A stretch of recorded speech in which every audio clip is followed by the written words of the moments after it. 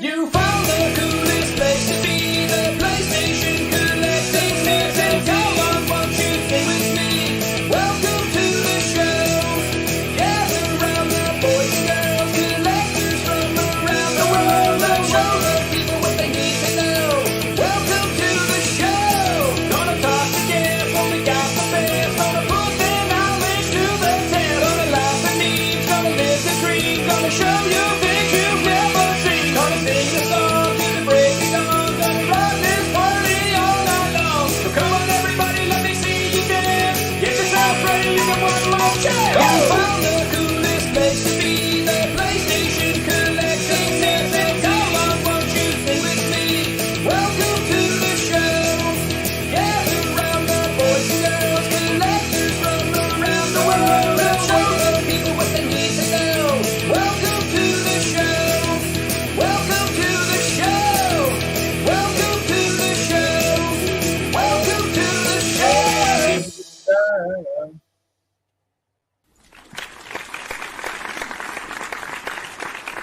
Oh yeah, I should do it live sometime. I should sing What's along up, to the Jeff? intro sometime. What's going on, Figsy? How you doing, man? I'm good. Yourself? Yeah, I know. I seen you singing. I was singing along too. Yeah, I'll do some I'm harmonies in the glad background. that Mike's muted because I sound terrible. Something. Well, welcome everyone. Welcome to the PlayStation Collectors Podcast, Season 2, Episode number 38. And our guest hasn't shown up, but me and Joe are going to smash out a show for you guys anyway. We've got a bunch of questions, lots of pickups. Mhm. Should be fun, and yeah, let's get into it. Before we start, I just want to give a big shout out to Sean Bentley for 58 months in a row subscribing on Twitch. That's actually like unbelievable. Yeah, I hope you're doing well, Sean, and thanks for keeping that streak going alive. And I've started streaming more on Twitch, so I hope to see you more around soon on Twitch. And yeah, good luck. Yeah, with me that. too, guys. I should probably promote that sometimes, occasionally. I'm streaming on Twitch now as well. If anyone would like to come and watch me play games, I've been doing a lot of shmups and stuff like that lately, and Beat Saber and stuff. Speaking of Beat Saber, you'll never guess. You'll never guess. You'll never guess what broke and isn't working right now. You'll never guess. Just Well, possibly, let me have a guess. Let me have a possibly wild guess what Let me have a possibly wild could be not working right now that I own. guess. The PSVR 2. Oh my God! Yeah, you're right. It's broken again with the same problem again. Hey Joe, do you want to say hello in my chat so people can give you a follow? Or I'll What give you a now? shout out. That works as well. How do I do what? What do I do? You want in YouTube or Twitch? What you talking about? Twitch. Shout out. Okay. Is it at? I can't mention you because you're not in chat. Okay. There I am now. Now I'm there. Oh, there he is. There's J Rad. Let's go.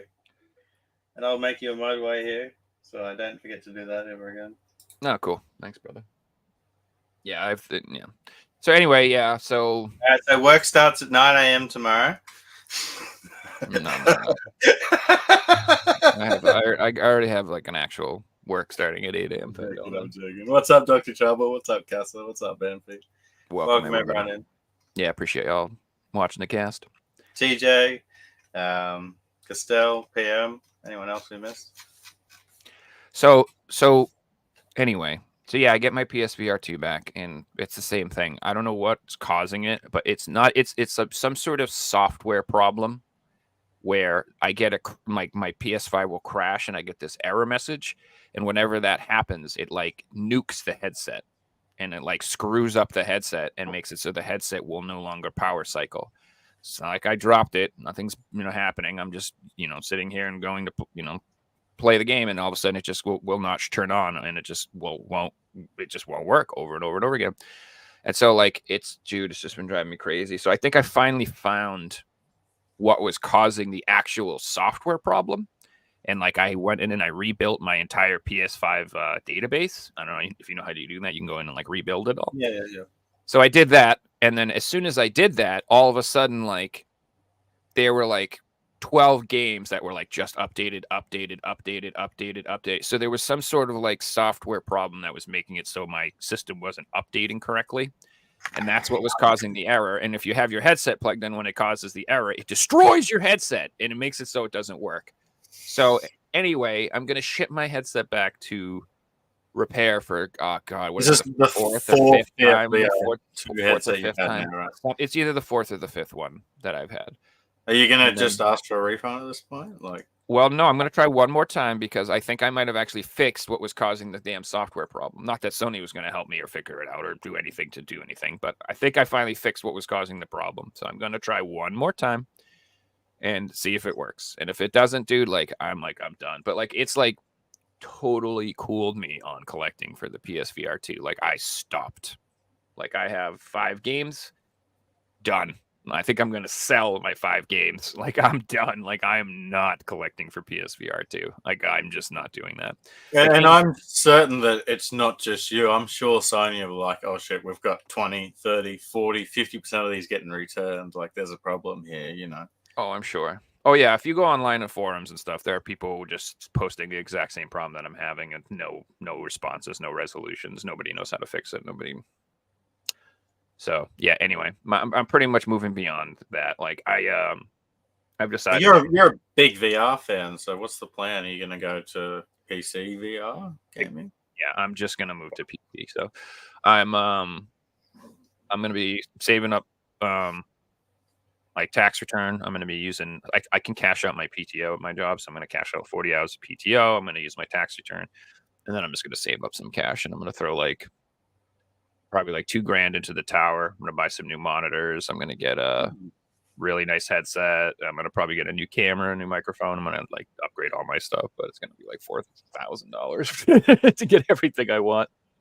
I mean, it's one of those things. I did this PC that I've currently got back in 2017, 2018, and it's 2023, and I'm still playing brand new games that are coming out. I'm still streaming. I'm still doing everything else. I've had 2 upgrades and one thing go wrong, and I've probably spent $300 on the actual PC. So, that initial down payment, if you look at it over 4, 5, 6 years, it's definitely worth it.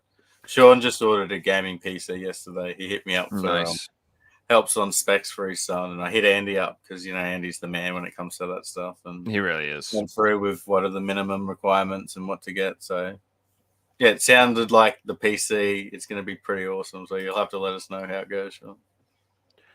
Yeah, that's pretty cool, man. Congratulations. Yeah, it's exciting. It's fun to do, and yeah, it just needs to be done. So I did these. My computer I'm on was a $2,000 PC in 2014 when I built it. Yeah. So this thing is still going strong. It's just it's at the point now where 980 or 780. I think it's a 980 or something like that. Yeah. And it's okay, I'm at the 1080 or the 1090, where if you look at minimums today for most games, it's the 1080. I'm still at the minimum. I can still play them.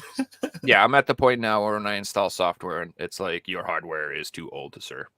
We do not have firmware for you. We do not have drivers for your ancient PC. I get that pop up when not to try because I've never tried, but it says my computer can't install Windows 11 because exactly. Yeah, not that I give a crap about that anyway either, but yeah. So thanks what I'm going to do is on Twitch too, Link. You're awesome, man. So what I'm going to do is this. Like I said, this PC is great, and what I really like about this PC too is it still has a disk drive in it and a burner and stuff like that. I put all that in there, and I'm going to just make this my little retro PC, and I'm going to turn this into just an emulation beast. And I'm throw, games from that era and backwards. It's going to play awesome, right? Yeah, absolutely badass. Exactly. If you stop using it on the internet and don't get viruses and blah blah blah, and it's going to be awesome PC. Yeah, and what I I'm obviously way late to the party, but I didn't realize that you could just throw discs in your emulator, will play your discs, and so I didn't know that. So now that I know that, I've been using it to play my Japanese PS1 games that I'm ordering and stuff like that. Yep. So I'm definitely going to keep it for better that reason alone. on the computer. You can just hook a controller up. don't have to worry about load Yeah. time. Don't have to worry about internal storage. Everything. No memory cards, no load times. Use any controller you want, and it also upscales them to 10. For whatever you want, 10 times resolution at 60 FPS. So yeah. Sean's saying expensive Christmas present for an 11-year-old. Luckiest 11-year-old on the planet. We'd love to see a video if you film it, Sean. See the reaction. That'd be awesome. Yeah. So what I think we're all. I was born in 1982 as well, by the way. So I think we're all just like going through as an adult, like what we wish we could have had when we were kids. It's like, dude, you know what I'm saying? Like, this kid's gonna flip his lid when he sees this. I would have shit my pants if I got this when I was a little kid. So I don't know. Like, I think a lot of us are going through that as adults. Like, when I was a kid, my dream was to have like every Nintendo game. Like, that's just, can you imagine, oh my God, walking in and having a room full of Nintendo games? Like, would have been my dream come true. And as an adult, look what I've done. Are you shocked? Yeah, I mean, I guess mine would have been all the PlayStation games, Are you shocked? Yeah, well, I didn't, I missed the boat on Nintendo collecting. And at this point, I'm not going down that road. It's like, it's too easy to emulate that stuff. And it takes up 1 megabyte for the entire NES library. So it's like, Yeah, exactly. And I can play them, and a lot of people like to say they want the original hardware and stuff. And there is some problems with some games. Like, what drives me nuts too about emulation is when the audio's off.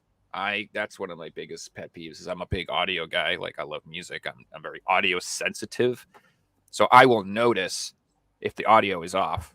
And so, like, perfect example, like Contra. On emulation, when you fire your gun, it makes this little freaking pea shooter noise. Ding, ding, ding, ding. And I'm like, what the hell is that? That is not supposed to be in the game. And it's like, I can't unhear it now.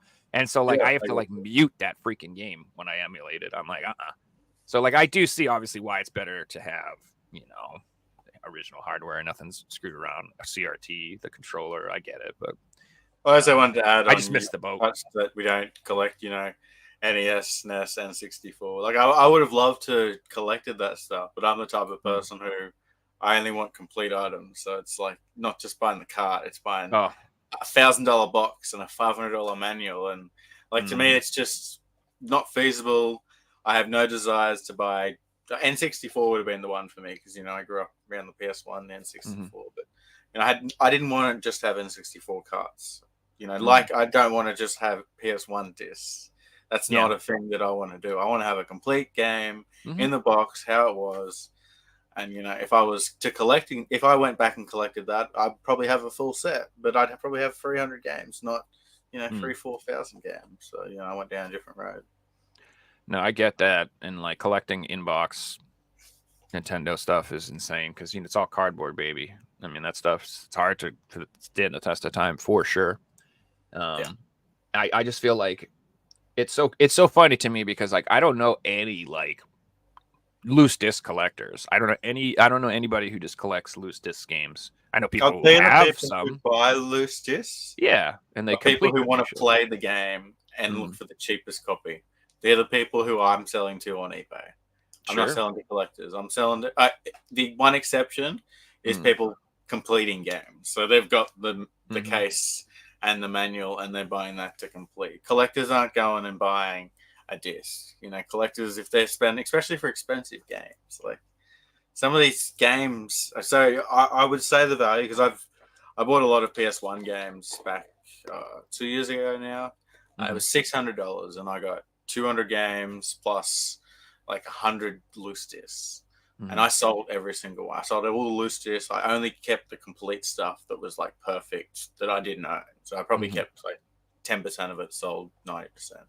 Anyway, the incomplete discs, you sold them for probably like 70 to 80% of what the use price of the games go for. It shocked me. I'm like, it's a $40 game. I'm getting $30 for a disc only because the people who want to play it I've been on eBay going, that's how much the game is, and suddenly a $30 copy goes up. And if you just want to play it, these people it's no difference. It would be like us just wanting, a CD or, I don't know, I'm relating it to something. I'd still want a complete CD, but, a DVD or something. They don't look at it like us, like, it has to be this item. They just want to play it. That's the item. I haven't. I have a couple like loose disc games I bought. So I bought Einhander loose disc. I bought Castlevania Chronicles loose disc, and I bought Dragon Quest 7 loose disc. The only reason is those are all pretty damn expensive games, and I got the loose disc for a ludicrously good deal. Like I could not say no. Like I got Einhander loose disc for like $25. Yeah. I was like, can't you? All right, you're making me buy it at this point. And in that situation, you're probably on eBay looking for a case and Correct. looking for a manual to complete it. Well, so I am, but in the meantime, I just went out and I spent $10 in some repro cases, and I just have. Oh, don't tell me that. I hate Bro, I have 3 games. I don't give a crap. I got those 3: Dragon Quest 7, Einhander, and Castlevania Chronicles in little repro cases. And I would love to upgrade them to complete copies, but I'm not in a rush. There's so much stuff for me to buy. So in the entire room. Yeah. So to me, like I said, it's not that I'm like I want to collect those or whatever, but like I said, like, dude, I couldn't say no. Like I got Castlevania Chronicles for like 40. I got Dragon Quest 7 for like $30. All the discs. I was like, and they're perfect. Castlevania Chronicles is one I don't have, and I'd really love to own it. But it's just one of those that's things. never been re-released anywhere. I don't think. I'm pretty sure that still dies on the PS1. I actually think the PAL version is cheaper than the North American version. It's like $200 game over there, right? It's pretty expensive. It's like $150 probably. Okay, so it's about $150 over here. So it's the same. Where Castlevania, what's it called? Symphony of the Night. Symphony of the Night, like the North American version's a couple $100. About 100 now. It's gone down. It's gone down a little bit. It's still a $500 game over here if you're lucky. Yeah, I've seen it come down a bit since the re-release. You know what else I've seen come down is the Ray Storm and Ray Crisis games. Look like they're going down finally. Those were very expensive on PS1, and since that PS4 remasters come out, it looks like it's coming down on those. So I'm gonna grab those soon. I think both of them. Oh, why don't they hurry up and release Sudokoden so those games can go down and I can finally buy them? So I think that will happen a little, but I don't think that will happen in the same regard because it's not the same game at all. Like the Suikoden new ones, it's going to be like the Star Ocean games where they're like remastered and HD. So it will absolutely lower the price on those, but I don't think it will be quite the same just because it's like it is different, and the people who want the original experience will still want that. And I don't know why. There's certain games. There are certain games that like I feel like they just like.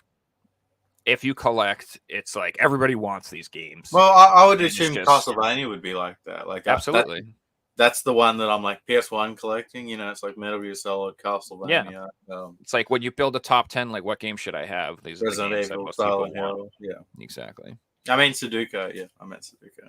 Sudoku. Another one I was going to mention was Chocobo Racing. Like it got the Switch treatment, but it got a terrible treatment. So the price actually dropped a little bit, but not significant or anything. I prefer to own the original any day than compared to the new. I still don't own it. It's one of those games. It's like it's $500. So do I sell a body part?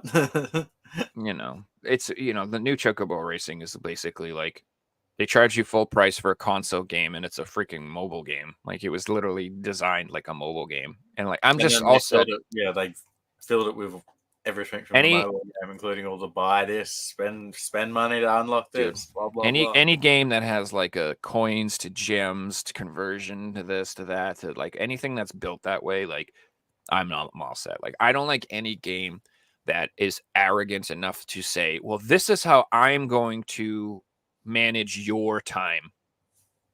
This is how we're going to allow you to play our game. And this is how I'll counter that because I think a game can do that really well if there's no money involved. Sure. And it's just grinding.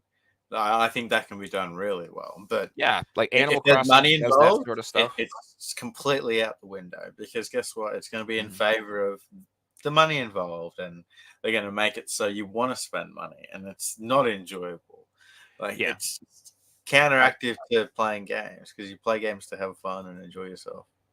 I think all rewards in games should be based on skill and not time and money.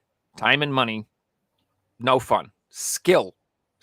I want to unlock something and be rewarded for something for doing something that is hard or in your game. That is how it should work. I beat something, I get something. I do achievement, I get something. I speed run, I get this. It's not just put in 1,000,000 hours and give me 1,000 gems. Well, I would Cool. put another Like, counter to that. I Then don't like there's a that. thing that in certain games that they have the RNG aspect. So the time comes into Gambling. getting like, good seeds or getting the perfect this or this finally happened and I played the best and all the RNG was perfect. I think that comes into it as well. And that can be enjoyable in certain games. It can be. It can be. So if you're into that too, like, so that's fine. And I know people are. But for me, I don't know. I'm real bitter after being addicted to World of Warcraft for a few years. Like, I feel like that game manipulated me psychologically. And so, like, now I'm like really resistant towards games that try to manipulate you and tell you what you should be doing. I just don't like that. Like, I want a game that's like, dude, if you want to sit here and just grind for 1,000 hours, go ahead. We're not going to stop you. If you want to, whatever. I don't like games that, like, I'm not down with that. Even Animal Crossing, like, I don't like the game that it's like, this is all you're allowed to do today. That's it. No more fun. Your fun is complete. Stardew Valley do it, and your fun is complete. If you want to grind Stardew Valley for 5,000 hours, it's still going to feel the same at 5,000 hours, and you're going to get like reward and satisfaction out of it. You're not going to be told to stop playing or anything like this, or have to pay money or anything like that. I completely. Yeah, and if you want to, sit there and grind until you've broken the game and you're getting 5 million gold a day from your forest of starfruit and whatever you want, like, you can do that. Like, if that's what you want, he's not going to stop you from having too much fun or being OP or doing whatever you want. Like, I much prefer that design than these games that are like, you're allowed to do this once a day, and you're allowed to do this once a day. And then you're allowed to do this once a day, and that's all you're allowed to do. A mobile gaming style of game, like I played that back in the early 2010s, and like I refuse to play a game that requires money to unlock things, and like I can tell that you're being milked as the customer. Like it's not a game anymore. You're a consumer. These are predatory companies that do not look at you as a person who wants that they're trying to entertain. That you are a mark that they are trying to hook and addict to their system that they have designed. They are no different than people who deal meth, knowing that people will get addicted to meth and it will ruin their lives. They don't care. They just want you to make money. They have no problem ruining your life and mentally destroying you. And they don't give a shit. They just want money. They're the same. They're just. You know why some of them are worse? Is because companies like EA are doing this to kids buying FIFA packs, and they know that they're kids, and they're getting away with it, and they're fighting suitcases against parents, and they're spending millions of dollars to shut parents up, and because my 10-year-old got my credit card and maxed it out on FIFA coins, and now we can't eat for the week, and blah blah. And they know that this is going on. It's been going on for years. Like certain countries have banned it, but and you're teaching your child the worst financial life lessons on earth. You're literally teaching them to gamble and take risks and not plan and get addicted to dopamine, and you know what I mean? Like, I can absolutely see this thing. This leads to gambling addiction. I definitely. What I really hate about FIFA. I love the game and I love the idea of Ultimate Team, but I refuse to play it because you can spend money in it. So to me, it makes no point in. I'm not going to put in any time into a game knowing that my opposition could have just spent money. When I could also do that, but to me, it's not fun. I don't want to do that. So I'll just sit there and play the single player mode. And I know exactly what I'm going to get out of it, or I'll play against my own friends in real life. I don't want to get into spending money in a game because that's not what I signed up for. But listener brings up a good point. Saying, I want to talk about this too. Something behind the school wall, people get mad molding these. And that's definitely true. It is true. Especially looking into fighting games. Like, perfect example. Fighting games used to be like Tekken back in the day. Half the characters. If you want the rest of the characters, guess what? You play through the arcade mode, you unlock, or the story, you unlock one. You play through the story again, you get the next. You play through the story 15 times, you unlock the whole roster. Guess what I did when I was a kid? I played through the story 15 times because I wanted to unlock everyone. And you know what you did after you played through the story? You get the new character, and you play through it with the new character, and it feels awesome. And you play the game for 50 to 100 hours. Today, $2, $1.99 season pass. Like it'll be out with the game of the year. Not only that, but the new character that's $2 is the most overpowered character and is now in the meta. And if you don't buy that new character, you will be getting your ass whooped by that new character for the next 3 months until they fix it. Yeah. You don't think that's on purpose? You don't think that they accidentally make the purchasable characters OP on purpose on release? Yeah. Oh, they'll fix it, but they'll fix it once people already spent money on it and they've gotten what they need to get out of it. Now suddenly there's a new character and it's got a new meta and it's $1.99. Yeah, and so let's say you paid the money, you got the OP character, you got your high rank. Now they nerfed your character, and you're dropping all the way down the ranks. And the new character is the meta, and now you got to purchase that character and learn how to play that character if you want to keep your rank up. It's just. Hold on a second, I got to do something with the cat. Excuse me 1 second. I'm gonna read through Sebastian's comment.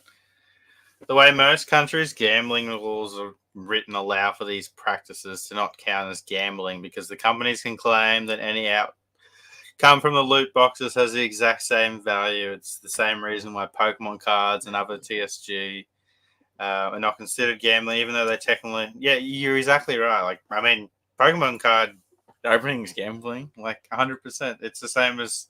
It's no different to going to the poker machines and trying to get a win, especially when... you're just buying the cards to get that one. It becomes a gambling. It's like buying, basically buying anything that you can't see, really. So I want to go back to the comment that Banfi said about putting something behind a skill wall. So it will upset people that they can't get something because of a skill wall. But this is how I want to explain it. If you've ever played the original World of Warcraft, right? Like everything was locked behind a skill wall. Like all the good stuff in the game, you had to beat the game to get it. You had to beat the hardest dungeons. You had to join the raiding guild, dedicate yourself, become good, kill the bosses. Not only that, be part of a community enough that they'll give you the loot. You know what I mean? Just because you're there don't mean you're getting it. You have to have DKP. You have to show up. Like you had to put in work to earn that gear. Okay. So if you got that gear, if you got those rewards, it was an incredibly satisfying feeling. And then not only that, you could go into the main cities of the game and chill out. And people would just be like, what? Look at this dude's gear.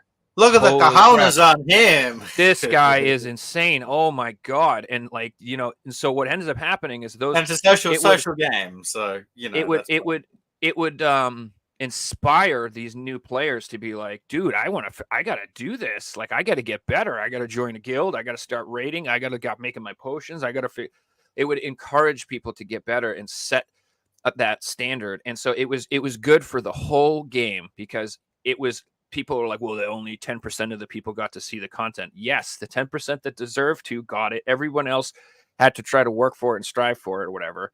And like that was good for the game. And then what they did is they changed the philosophy because too many people were mad that you couldn't get all the cool stuff. And they made it so there was like 50 different difficulty modes, and there was like a raid finder mode where you could just basically show up and freaking roll your face across the keyboard and like be just completely stupid and totally useless, and you would get the same gear as the greatest gear in the game, except you'd get like it'd be like lower item level. And what it did is it like destroyed that whole community that whole feeling you would get from that game, where like now your gear isn't special. Some idiot who rolled his face across the keyboard can have the same gear as you. You know what I mean? Yours is just like two item levels higher or something. Like it just ruined the game. So what you need to do is not listen to people who complain about difficulty. Don't do that. That is the wrong philosophy. Dark Souls, those people, they get it. They understand. No difficulty level in a video game is the best. No. Correct. Old games, they was just I hate artificial difficulty. That is nothing worse than this boss is hard because we tripled the health. I don't want it to be accessible to everyone. I prefer and that's fine. If you want, if you want to play Mario, go play Mario. Like you don't have to play every game. There should be games that are specifically skill designed for people who like this type of thing. And because that is the satisfaction. I like those games. If they want to make an accessible mode, then have one difficulty for everyone, and then have one that's just story mode only, where you don't actually verse the bosses. You just go through and see the story. Because some people can't play video games like that. You know, have can only play with one hand and can never play a Dark Souls They game. could And, watch those people can, playthroughs. That's fine. exactly. I mean, yeah, That's there's not, YouTube too. you know. I've seen video games with just no gameplay modes, and you know that combined with what Dark Souls do, I think would be perfect. I wanted to tell a story, Joe, about a game that I played, and it was a completely different experience. So I bought Star Wars Battlefield 2 about a month after it came out. So when it first came out, it had like one of the worst releases of all time. It came out, had all these microtransactions, blah, blah, blah, blah, blah. Anyway, they cancelled all the microtransactions. They actually took it out of the game. You couldn't spend any money in the game. And they changed the leveling system, blah, blah, blah. So I played it for the first 3 or 4 months, and it was actually fantastic. There was an active community.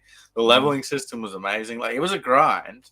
And I think I played it for 4 months, and I got to the max level, which for an online game isn't that long. You might think, oh, that's probably like 300-400 hours, which sounds absurd, but you know, people that play Call of Duties and PUBGs and Fortnites play thousands of hours. So I felt like I have great.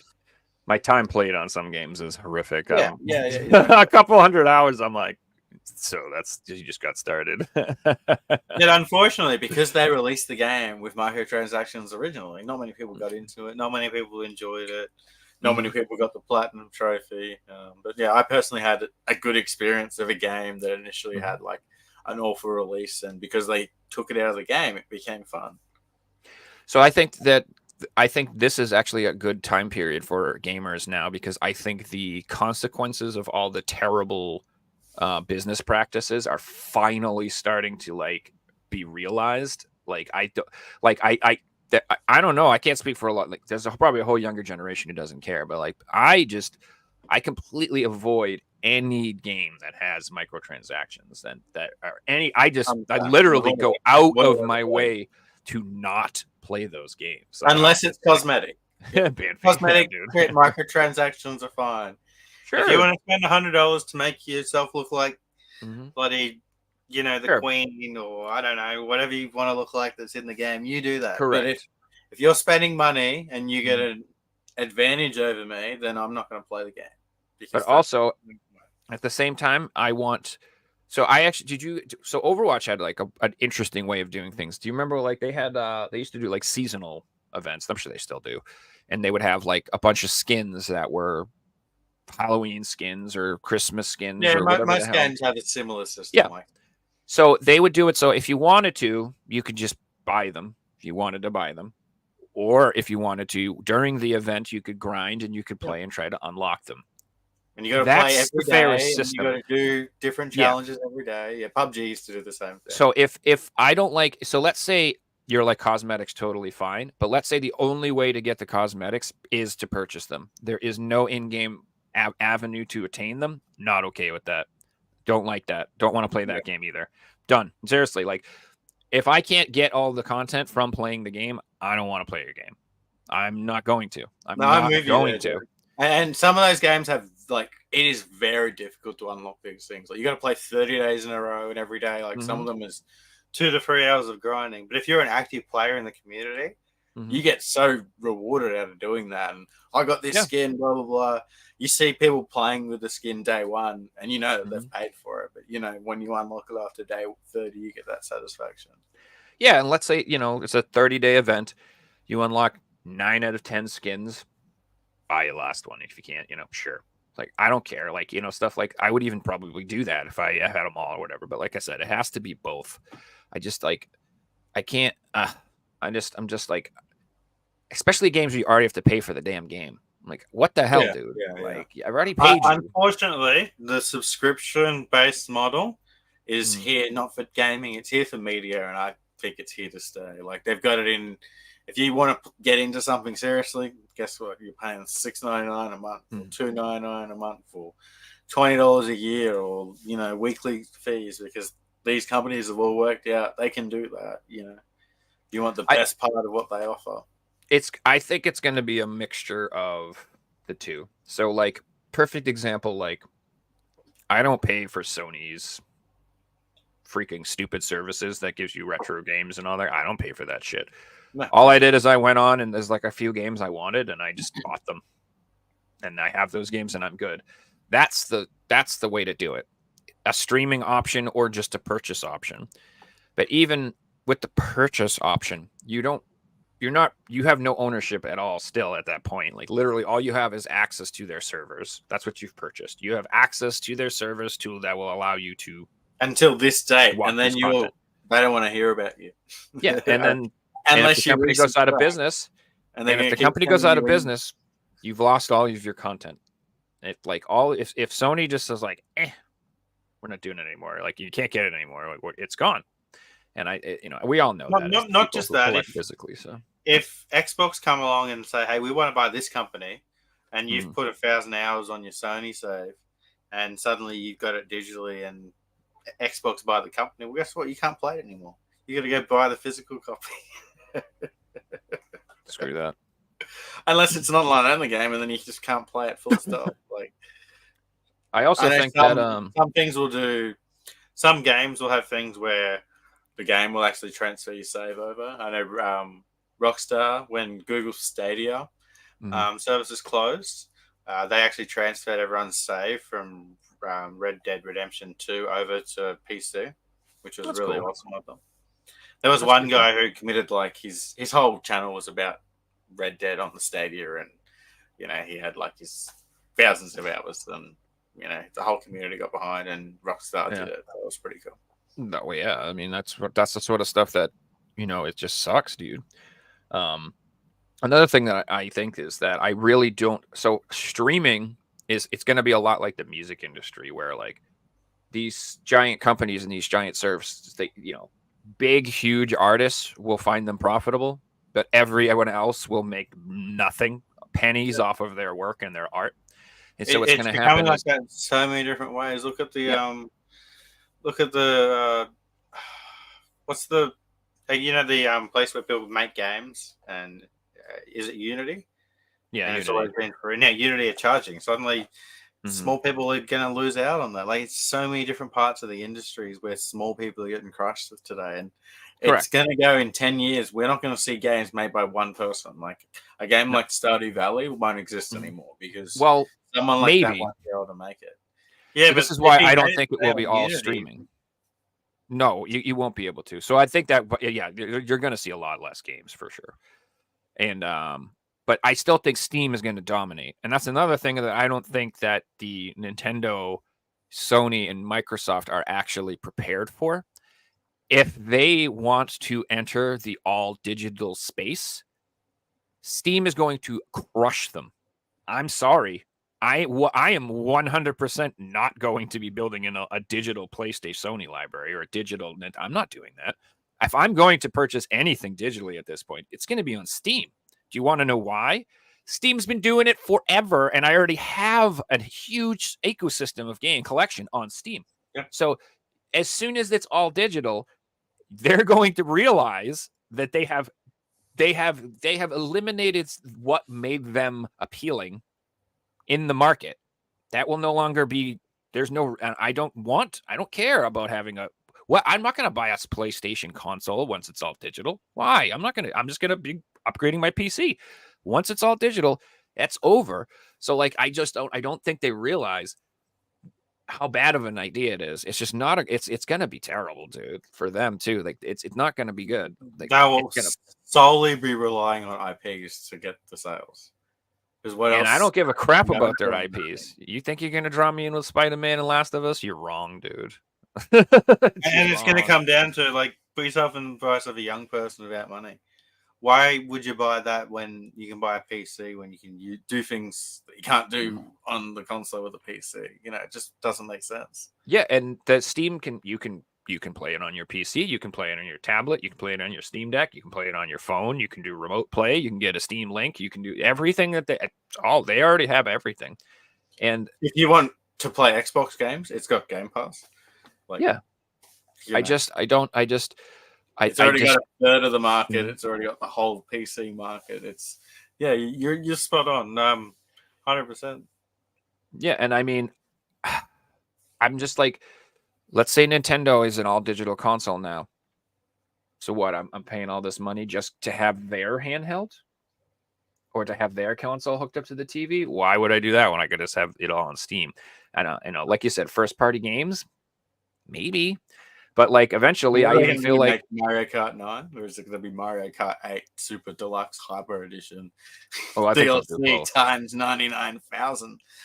I think when the new console comes out, they will do both, and I would buy both. They should release the Mario Kart 8 Deluxe Complete, which I have to say is just an absolute monster of a game at this point. Have you played Mario Kart 8 Deluxe? It has an absurd amount of tracks now, dude. It's like I haven't played it for probably 2 years, and when I 4, played 5, it was overwhelming. 24. I think there's 80 tracks. There's 80 tracks, and in Mario Kart, track over that's like they're such amazing designed tracks. So you're getting 80 insanely good tracks too. It's not like some other game where there's 80 tracks and they're all just like, 3 skins or a couple of things enough. Every Mario Kart track is like unique. It's got its own thing going on. Like, it's just incredible, that game. Well, a lot of insane. games use tracks of the real world tracks. It's made all its tracks. That's the difference, Like, you could look at a Gran Turismo game and go, but it's got like 300 racetracks. But it didn't make 300 racetracks. It got the racetracks in real life and made video game versions of them and put them in the game, what's actually cool is there's a new NASCAR arcade racing game that I got, and it takes like real world tracks like Talladega or whatever, and it's like completely makes them all completely crazy and arcadey and stuff. And it's actually a pretty good game. So the odds of me buying a NASCAR game are like negative 5 million %, but this is like an arcade racer. And it was like, so I was like, okay, pretty good game. It's a lot like F-Zero. It really reminds me of that. It's got like that super speed, and it's all about like there's like lanes on the track that give you boost and like give you like there's like a boost you can use, like a turbo, and like certain things on the track recharge your boosts. And then what's really interesting, it's got this mechanic where at the end of each lap you can pit if you want, or you can just keep going. And if you pit, it fully recharges your turbo. And if you don't pit, you get like 20% recharge turbo. So there is like a little strategy there where like if you like hold off and you're like conservative with your turbo in the first round, even if you're like in 5th, 6th, 7th place, once the second lap starts, if everybody pits and you don't, you just fly through and you recharge your boost maybe to 80% instead of 100, but now you're up front, baby. And it's like, it's really fun, dude. I actually like it. That sounds pretty good. Yeah, it's not, you're going to get maybe 20, 30 hours out of it total before you're bored of it, but it's fun. I love arcade racers. There's so many good ones due right now. Freaking Did you ever play the Juiced series? Which one? Juiced and Juiced 2? I haven't played those, but I think I own the Juiced on PS3. Juiced 2? That one, like, think like Need for Speed crossed with. Did you ever play a Flash game called Drag Sim Racer where you like just made a drag racer and raced across the screen? Like, it was fun. You just upgrading your race car and it fully had the whole drag scene into it and street racing. And yeah, I really enjoyed Juice. I'm disappointed that there isn't like a genre like that that's mainstream these days. Same with Burnout. Like, Burnout hasn't got a mainstream genre anymore, which is disappointing. I think like, that hardcore full-on genre, or it's like Forza, and that's about it. I'm not into the simulation stuff as much, like Gran Turismo and Forza. That stuff's cool, but I just prefer arcade games. And I honestly, the PS3 has the sickest arcade racing library, dude. It's got so many Need for Speeds and the Juiced games and the Ridge Racers and Split Second and gosh, dude, all the Motor Storm games. There's so many badass racing games on the PS3, dude. That's like and my keeps of motorbike games as well, like Nailed is really good. Those ATV games. And, there was so many. Oh, and then games like did you ever play it was a really fun snow sled machine game, Ski-Doo Challenge it was called. I don't think I played that one. Let me pull it up. Like, this is a full hidden gem. Yeah, I like Full I definition love of a games like hidden that. gem. Dude, yeah, I mean I like Jet Moto and I like Sled Storm and I like all those little arcade racing games. Those things are super fun. So Ski Do Challenge. yeah. It is so much fun. Like I play this 2-player with my friend when he comes over, and we have a blast. Yeah, dude, like I love stuff like that, man. Oh, there's another one that's a little bit pricey. It's called World of Outlaws Sprint Cars. Yeah, there's a World of Outlaw on PS4 too. So, terrible game if you play with a controller. Absolutely terrible game. If you've got a controller only, do not play this game. I played it and I'm like, this is shit. Mm-hmm. Anyway, I went around my buddy's place and he had a racing sim. It is so much fun in a racing sim. Oh my god, the drifting in that game is insane. Yeah, dude. But I had a terrible time on a controller. Like, it was a completely different experience racing with a steering wheel playing that game. So, it was obviously designed for that. Yeah, man. That I gotta be honest. That's one thing that I am pretty jealous about when I look online and I see people's racing rig setups. I'm just like, oh. And for me, it's not a money thing; it's a space thing. I'm like, oh my god, where am I gonna build a little race car in my house? Like, I don't have a spot for it. But dude, I mean, so I would I wish there were enough like VR racing sims where you could just build like a dedicated VR one. Like, there's a couple, but I don't think there's enough to build just a VR one. I've seen people build them out of real cars, man. Like some Yeah, people. dude. I mean, That we've is seen badass. obviously the airplane ones, and Mm-hmm. you have to fully be into like that's the only game that I play. I mean, I don't want to put anything in my house that I can't like get out of my house either. Yeah, I guess you 100%.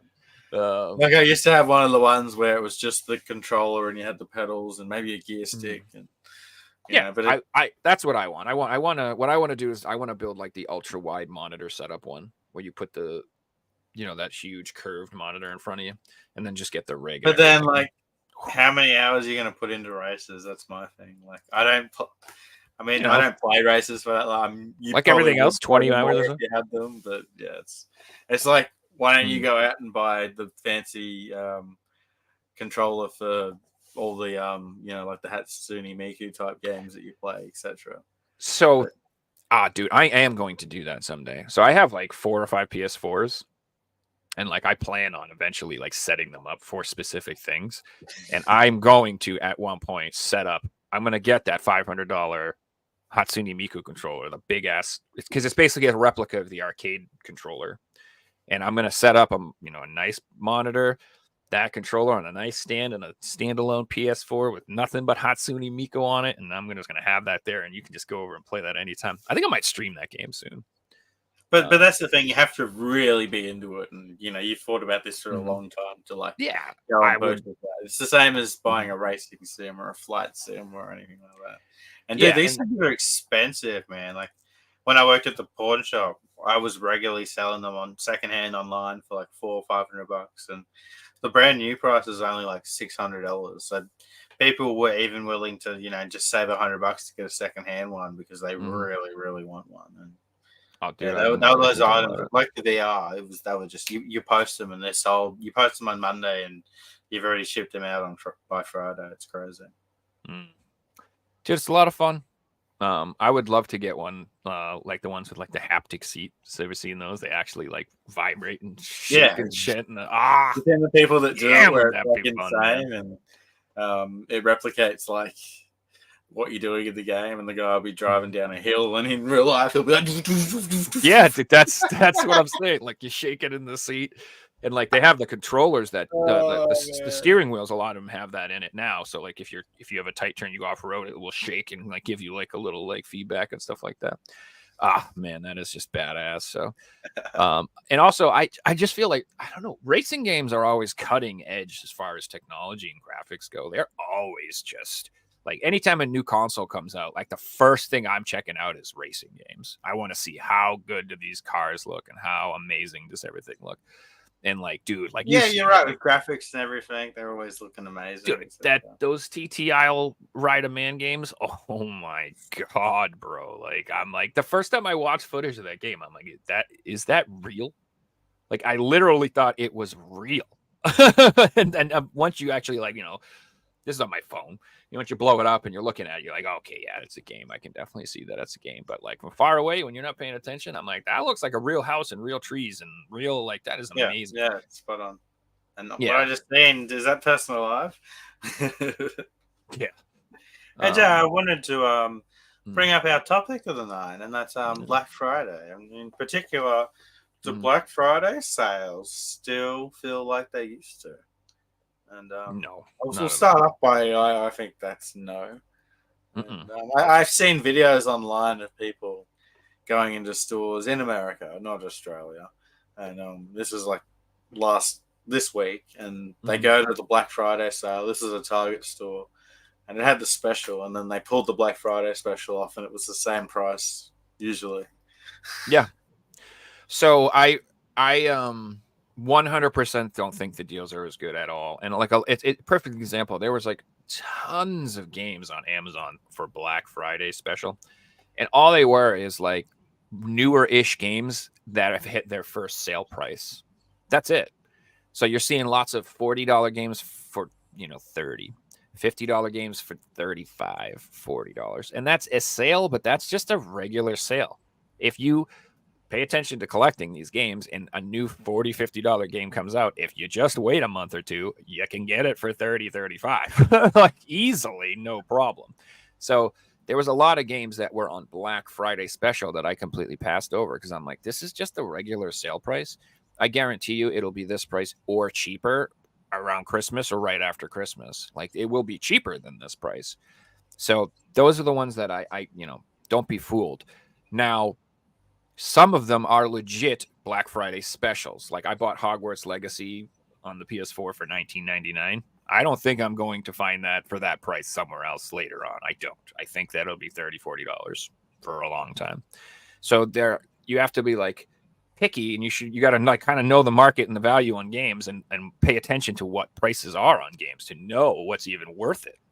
Like what is the deal? Like, you know what I mean? Like, and then that's important. Like if you're buying something, it shouldn't be a game that you've just found that day. It should be something that, especially if you're spending more than a certain amount, it should be something that you've looked up for a few weeks and you're aware of the price. And this is the cheapest you've seen it because it's $40 here and $40 here and $35 here, and you've just found it for $30. And that's the one to buy. I just wanted to add, I feel today the way consumers work is people expect a discount all the time. So that's brought into stores where stores are constantly having sales where they mightn't have always done that, say, back in 2010 or 2005. And they always have to be competitive with all the other stores. And because of that, the profit margins get lower and lower and lower. So when you get to, Black Friday after doing a whole year of sales, etc., like, what sale can you do? Your profit margins are already low, etc. You've just got to hype it up as much as you can, and the sale mightn't be any better than the end of the year sale in July or June and July, or the sale that they just had for Halloween, etc. And exactly, it's disappointing. So I did a lot of shopping on Black Friday this week. I checked about everywhere, and I would like to discuss who do I think had the best deals. So the first place that I got to give a shout out to, I think just had the most amazing freaking deals ever. And I literally, they had more stuff that I couldn't even buy at all. They had so much stuff I wanted on sale, was Video Games Plus. Holy crap, did they have amazing deals, dudes. And I'm kicking myself because I didn't realize it, but they put like a ton of like Shin Megami Tensei 3DS games up for sale, Etrian Odyssey. Like they put all of these amazing dude, and I freaking missed the boat on that. Like I saw a Twitter post and it was like, they're putting these up. I'm like, really? And they're all sold out. I was like, no, but like, dude, so that's what I'm talking about. So not only did they have like an amazing sale on regular stuff, but they had a special like Black Friday thing that was like worth jumping on there and monitoring throughout the day. If it was awesome. I bought so many Red Art games from them this year. Like they had amazing sales on Red Art games. Like everything was like half off, dude. And so like they were all Red Art games, especially, they put a lot of like indie titles around like, that's cool, but I don't know if I want to spend $40, $50 on this. You know what I mean? But for $15 Canadian, yeah, baby, I bought a stack, dude. I got some. I got like a lot of stuff. $12 American or something. Yeah, dude. They're talking about like $10, $12 a game, free But shipping. that would literally be just the shipping. Like, yeah, man. And then like, so hard copy games. I don't know if you're familiar with that company, but they put out. They're like a limited print company that puts out titles, and I'm not into their games, or whatever. But if you're into PS4 collecting, you should probably pick them up. And they're $9.99 Canadian right now. It's like $7. You can get like, you know, the talking simulator, Lick Spear. Wait, I think that one sold out. They had that game, Klaus, the Music Joy, whatever the hell that is. They have the whole bunch. It's $9.99. You can't go wrong. Oh, just on that, like completely different topic, but just while we're talking about these games, if we get back to like 2018, 2019, finding a low print game for $9.99 wasn't a thing. Finding a low print game for $15 wasn't a thing. I think we've hit that age where these companies are actually really struggling to sell their stock, and they're becoming backlog of stock because people have just got over the whole business model of, well, there's 5,000 copies here, so you have to buy it, otherwise it'll sell out and blah, blah, blah. Because that's not the truth anymore. They overwhelmed the community. Yeah, you don't have to wait because it's not cheaper. Like, it's not more expensive on eBay anymore. Suddenly, like, the resellers are the ones stuck with copies. And guess what? The resellers aren't going to sit on their copies. They're lowering the prices to get rid of them. And now that's happening. You're seeing companies go under. There's been one or two of these companies go under. You're seeing companies do, like, blind boxes, give out shit games. Limited run. Obviously been doing it for a long time, but I know, Joe, you bought blind boxes and you got like 6 copies of one game from a certain company. Yeah, it was some special reserve, but they did take care of me, so I don't want to let you get like I complained and they sent me like a bunch of different games, and I got some cool shit. They sent me the Downwell like special reserve version, which they did not have to do that at all. That wasn't even, I think, an option in the blind box category. They gave me that to like make up for it. So not to mention cool about it, their customer service, which is awesome in that sense. But just the fact that you got 6 copies of one game says to me that, you know, they got a problem with their stock and they're trying to get rid of this stuff. Correct. You know, they're probably banking on the fact that maybe 50% of people don't complain and they get rid of 300 copies of this one game that they're stuck with. And that probably happened because there's a lot of people out there that wouldn't have sent that email and wouldn't have complained, blah, blah, blah.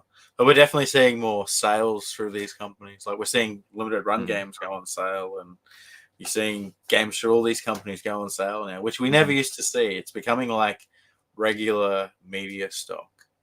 Correct. Well, limited run, they are just a public. They're not, I don't think they, I don't even consider them like a limited print rare game. I would think limited run would actually hold their stock on purpose to keep the price. I feel like they've got a warehouse full of all their stock, and like they don't want to sell their games on discount if they don't have to. So that's and going back to who I think has the best sales and the worst sales, they had like the worst. I think limited run games had the most terrible Black Friday sale I've ever seen, because like they put their books on sale, which cool. Like, cool, dude. Like, no, I mean, okay, cool. I don't care. That's fine. Like, as an additional item, as a gift to add to my purchase, maybe I'd buy one of those books for my friend who likes. Well, hello, Mr. Fancy Pants. Yeah, seriously. And then they put they had a handful of games that were their like convention editions. So they had like special covers, but even then it was like the regular price, right? Maybe regular price, barely on sale, and it was like 10 games. And they weren't like, these. It wasn't the fate of House of Fata Morgana or something that people are, I don't know. It was just disappointing. But they did do a badass like back stock sale thingy last Christmas, so maybe they're gonna do that again this year, and I'm hoping they do. So last Christmas they had an incredibly good sale, and I dropped like $250 with them, which is hilarious because it was right after that whole controversy where they fired that person and all that stuff. And everyone's like, screw limited run games. I'm never buying from them again. And I'm over here like, limited run controversy every step of the way at this point, right? Dude, I don't let people dictate what I do by stupid shit like that. I'm like, I'll buy that shit just to piss people off. Like, and I'm not even in the fight, but I just like people getting upset. I'll be honest with you. I'm like an actual troll. Like an actual real troll. Like people don't understand. Like I literally will just say stuff that I don't mean or care or think about just to see how people react because I enjoy the shit out of it because I think it's funny. Because I just am like, to me, it's like, why people should have some self-awareness and a little self-control, and they should be like aware that people are doing that to them and are trying to manipulate them. I am. Like when someone's saying something or trying to be edgy or whatever, I'm like, well, this person's clearly trying to upset me, or they're trying to instigate, or they're hoping I say something, or they're trying, I don't do that. I just laugh. What I do is I usually make a joke more offensive back to them, and they don't know what to do. They something's offensive to me, and I say something even more offensive, and they're like, "Well, shit, I don't know what to do now." I'm like, "Yeah, it's not like I don't know." So, but yeah, so I don't like that. But yeah, they I'm hoping they have a nice sale. Who else had good sales? Pix and Love had a badass sale. So I don't know if you guys are that. I feel like that's a site not a lot of people talk about or go to. Yeah, that's cool. So that company, Pix and Love, I think they're European. I don't know where they're from, but I'm sure they're from Europe. They had like really good sales on their Switch games and their PS4 games. And they have a lot of badass games. So they have a ton of those King of Fighter games, and they even make those cool Neo Geo cases. So if you like those games in the Neo Geo cases, they had those on. I don't even know. It's probably over now, but. And then they had like Metal Gear, Metal Slugs on sales. Just tons of cool shit. Like they had that Young Souls game. Anyway, they had a really good deal. The only thing about them that was a little rough is that their shipping is like kind of expensive. So like I didn't pull the trigger on my order with them because like even with the sale, they were like looking like 20 to 30 euros for the shipping. And I was just like, yeah, dude, that's a lot. Especially when you convert it into US dollars, we're talking like $30, $40 to ship it. And at that point, I'm like, am I getting a deal? So I don't know. Maybe they're not the best deal if you're living, outside of Europe. But if you're in Europe and the shipping is cheaper, I would definitely check their website out. They have really good deals too. Play Asia, they had a pretty badass deal. Sales too. My problem with that is I own it all already because I'm like completely addicted to buying games from Japan, and I'm completely addicted to buying Asian English games and Asian English Switch games and all that stuff.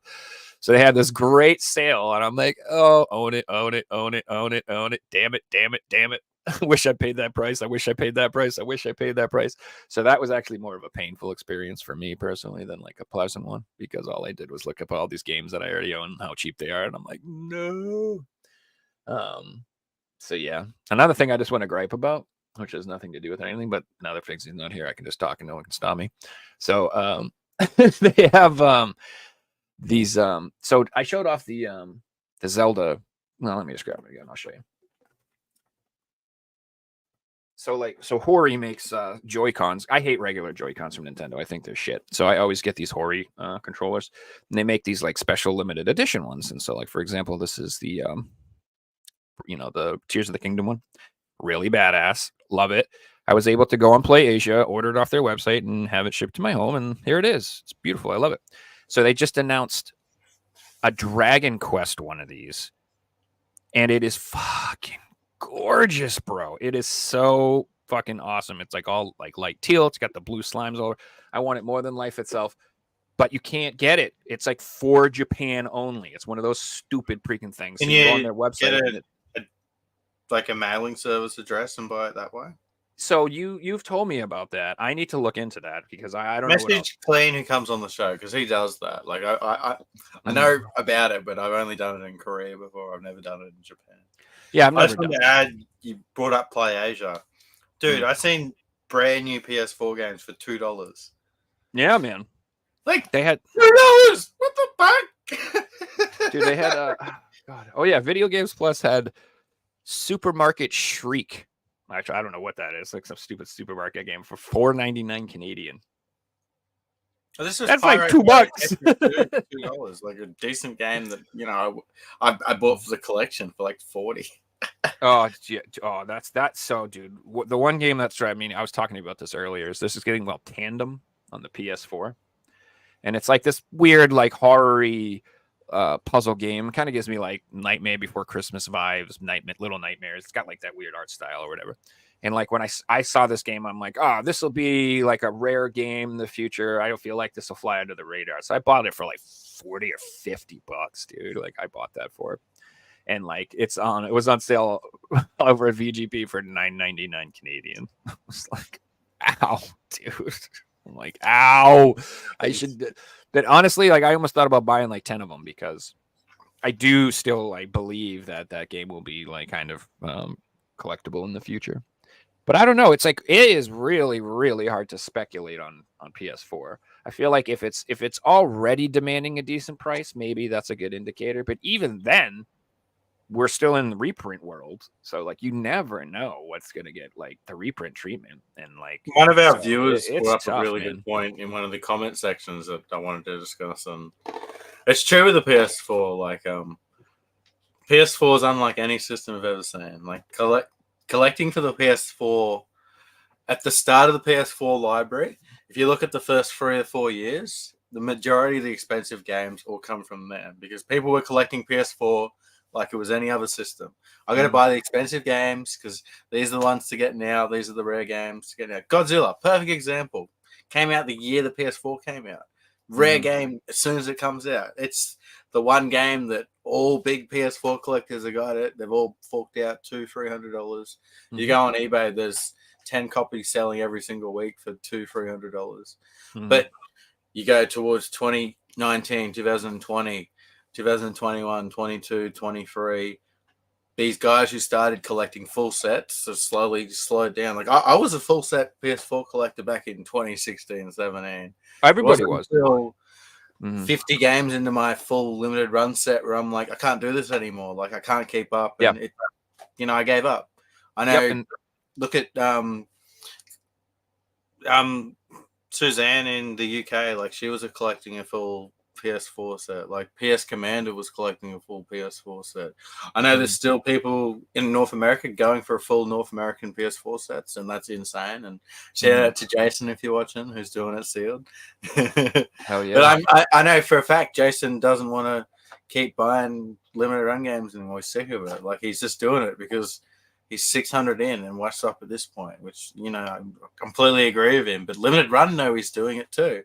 So guess what? It's a constant money source for them. It's turning the power on. They're making profits. They're going to keep doing it. If they can do it. Endless amount of Kenpo RPGs for them to go through. Endless amounts. I feel like if the PS4 library gets to the point where it's 4, 5, 6,000 games, I think it's already we're there. never going to It's see between 4,000 and 5,000 already. Well, I think we're never going to see full set collectors going for it, and that's going to cause those games like Africa on PS3 is expensive because it's part of the full set. It's not a great game. People don't buy it because it's great. People buy it because they have to get it for the full set. FIFA 18, 19, PES 18. Those games are expensive because of the full set factor. That I don't feel will apply to the PS4. Like these indie games that people aren't raving about, like hidden gems and stuff, will be. But the games that aren't great, I feel people aren't going to be going out and sourcing these games in the long run for the PS4. The PS4 is going to have 1,000, probably more than 1,000 games that you should own. And like it's going to have the best library of all time, the best games from every era. It already does. Like it has such an amazing library. But I feel like it's never going to have those crazy, exuberant prices that libraries like the Wii U had with the Wii U is a perfect example. Like any weird game on the Wii U is hundreds of dollars because it didn't sell so many full Wii U set collectors, and it just drives the price of those games up. We're not going to see that in the PS4. So you're 100% correct. I think there's going to be a lot more games that are good games and or rare games that not necessarily will be expensive. So there's like limited run games, like you said, there are tons. You can get tons of sealed limited run games for less than $30 on eBay all day long because it's just they're games that are weird. They're little indie games. They're artsy fartsy games where even though they may be incredible games with critical acclaim and everybody, they're just not in demand. And a lot of people want them. And that's what it comes down to is do people want them? And so then like you said, a lot of the thing that drives demand is people who want them for full sets, and I don't think there are going to be a lot of people who want them for full sets. But I do think will be people who are more about like my style of collecting for the PS4, where they're going to want to get all of the shmups that came out, or they're going to want to get all the horror games, or they're going to want all of the FMV games, or they're going to want all of the VR. So there'll be like those subsets that are very collectible, where I think people still will go for the full, like maybe the Tedesco set. I do see there being weirdos in the I see that being future more popular than collecting full sets. Correct. So it's on Facebook being PSVR full set collectors or Tedesco full set collectors. Or I don't see limited run, but there might be these companies where people want to get the full set of these companies. Or all the Xseed games, or all the Fun Stock games, or all the GS2 games, or like whatever it is. So all the first press games and slip covers. Yeah, well, who knows? I'm funny, aren't I? Yeah, good luck. Good luck. I hope you get them. First person in that full set will be like 2,242. Yeah. So after their grandkids finally realize that they're gonna put the family name right and release these slip covers. So what I think will end up happening is I think that there will be some games like that do go up in value for that reason, that are like not known yet. But the overall library, you're going to have way more games that aren't worth a lot of money. So that's why I feel like speculating is really hard to do. And it's like, if you're looking at the trends, what happens is once the games become a certain value, they get reprinted, and then that just takes care of it anyway. So it's very hard to bring into it too. Yeah, or re-released on the PS5, or a new versions come out, and that lowers the price of these games. So it's like, adding to what you just brought up. When I first did my whole rare and collectible PS4 series, if I look back now, a lot of those games I don't think will be rare and collectible, because I feel like at the time, it made sense, but I never knew that this was going to happen. And now it doesn't make sense, because people won't, like, I was bringing up facts like, if going for a full set, like, you're going to need this and blah, blah, blah. That doesn't make sense anymore, and things like that. And like, some of those games, JRPGs and the horror games, and the games are great and had low prints, and, games like Godzilla that, can't be reprinted because they've lost the licensing. And there's plenty of games like that, like I think one of the Ghostbuster games or something.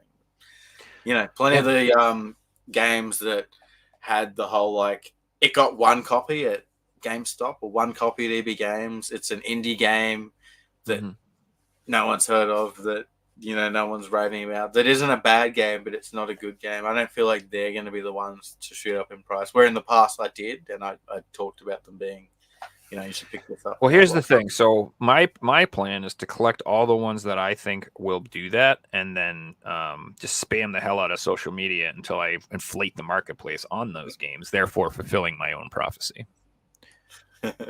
I'll just be like, Ice Cream Surfer is the best fucking game. Everyone has to have this. It is the greatest thing in the world. It's an Ice Cream Surfer selling for $250. You're giving me a Mari flashbacks. Just to laugh. I would just, honestly, that would be hysterical to do, is to like take some game that's terrible and just like make it valuable. I just would find that amusing as hell. Like I said, I'm a troll. That's what don't listen to me, guys, about don't take anything I say seriously. That's what all these companies do. Limited Rare Games sat down one day and said, you know what would be funny? If we made a game about poop. Yeah. And it was $1,000. And guess what? Actually, it wasn't Limited Rare Games. It was a meeting in Limited Run. And they're like, you know what we could do for an April Fool's joke? And it's on Twitter, and it's been screenshotted, and we know for a fact that that's what happened. But it'll never get revealed unless, like, things get ugly. So I want to go back to a thing you said, too, about how there were in 2016, 2017, all these people who were gung-ho trying to get PS4 sets, collecting all the games from this company. We as consumers were overwhelmed by the manufacturers. It literally became unsustainable. It literally jobs, doing well for like all these people, and they just couldn't keep up anymore. Like, and you felt like you were the problem. Like, I'm like, oh, I can't afford these games. Yeah, Like, exactly. is it me? It got to the point where, like, let's forget about retail. Let's just say you were just collecting limited run, strictly limited, Play First Asia. Press, Play Asia, Red Art Games, Pix and Love. Well, they went around back Fangamer. then. It was just Yeah. limited run games, strictly limited, and Play Asia. That's all that really existed for the first couple of years. There was one hard copy game. There was one special reserve game. Yeah, and that's where people could keep up, and like I could even keep up. But then, because it used to be strictly limited would put out one game every few months or something. They had one a month for the first year. It was. They had 12 games in their first year, I'm sure. Yeah, okay, and then now it's like I said, they forced their own community to be picky about what to buy because we can't afford it all anymore. We cannot afford to keep it up. And then what ends up happening is these companies have a couple duds, and now they're screwed because they have all these games printed. No one's buying them. They're not this huge company making tons of money, and now they're like having it. Now they have to take pre-orders on the new product to fund the losses from the old product, and it ends up being this situation. It also takes away a lot of the FOMO.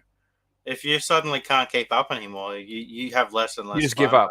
Which is what these companies rely on. So in theory, what their number one tactic and what they're selling to is they're the ones ruining that. Correct. I'll throw something out to you. If limited run games kept at one release a year, I may not have stopped, and I may have still been buying one a month. So one a month, not a year. But I may still be buying them, years after I stopped buying these games. And I'm sure that there's tens of hundreds of thousands of people in the exact same situation as me, who, if it was reasonable, and they did just get good games and games that people are requesting, not just random games that the first time I hear about it is when they announce it. Like, that's 90% of limited run games. I'm sorry. Yeah. I know some of them are great, and I just haven't heard about them. But 90% of the games that they announce, I hadn't heard about. Yeah, exactly. There are all these little indie titles and stuff like that you're like, whatever about. And like I said, those are all the games that you can go on and get them for $19.99, $20, $25. And honestly, I recommend doing that now because I do think eventually those will dry up. And I just don't know. I'm curious.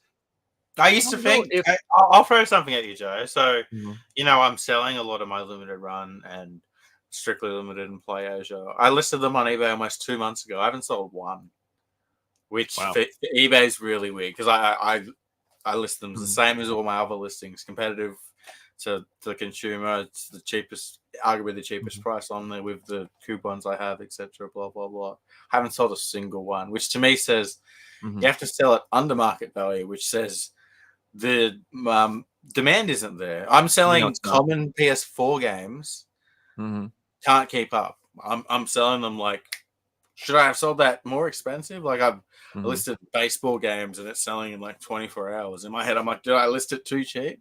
You list the limited run game cheaper than the other ones. It's just sitting there. Yeah. So, and these are the first limited run. Like these aren't number 300. These are like number 20, number 21, number 30. These are the ones that people should want if they want. So to me, it suggests like the market isn't there anymore. No, I do think that it's just not the same across the board. So it used to be like a lot of these companies, like you would have to be there the minute stuff went up for sale or just gone in 5 minutes. And that's just not the case on a lot of these things anymore. Strictly limited and like super rare games, they almost never instantly sell out anymore. So I'll log on and be like, oh, I'll make sure to get my pre-order in, and then I'll check it 2 days later. It's like 70% left. I'm like, oh, who gives a damn then? You know what also drives me crazy? How come if I pre-order on 5 minutes after the orders go live, do I get number 4,000 out of 5,000? Why does that happen, companies? I'm just curious. Like, how come if you're going to number these damn things, you're not prioritizing the people who give you their money immediately pre-order day one within the first person to get number one? Seriously? Well, or say top 25 or some companies really do think so. And 100% Video Game Plus used to do this. They did it with Class of Heroes 2G because we all compared what time we ordered and the numbers we got, and every single one went in order of who ordered first, got the higher number, or the lower number. Every single one of us. Yeah, and if, you know, just the thought, if you guys put the time, a little extra energy into doing that, your FOMO would be going. They're all gonna try and do it at once. I mean, that could cause servers to go blah blah blah. But if that's your problem, then if your problem is too many people giving you money at once, then upgrade the fucking server. So I'm blown away that like these companies don't have the ability to like rent some like bigger server for day one releases where they only use this pay. You know what I mean? Like I don't understand why. That should be a business. I don't get. Yeah, exactly. There should be like an Google has rent out this high-powered server that can handle a million people at once. We can handle a million things at once, and we can detect bots, and we can stop scalping, and we can automatically delete suspicious sales, and you know all. We're gonna patent this, Joe. We're gonna Figsy and Joe Bot. It's gonna be cool. Mm-hmm. That's right. That's where you're going to be buying everything through, and we're going to take 5% of everything you guys spend for the next 400 years. Oh, now I like this idea. I like that idea. Give me a cut of this poop slinger money. Give me my. I'm sure ideas have been generated from podcasts like this.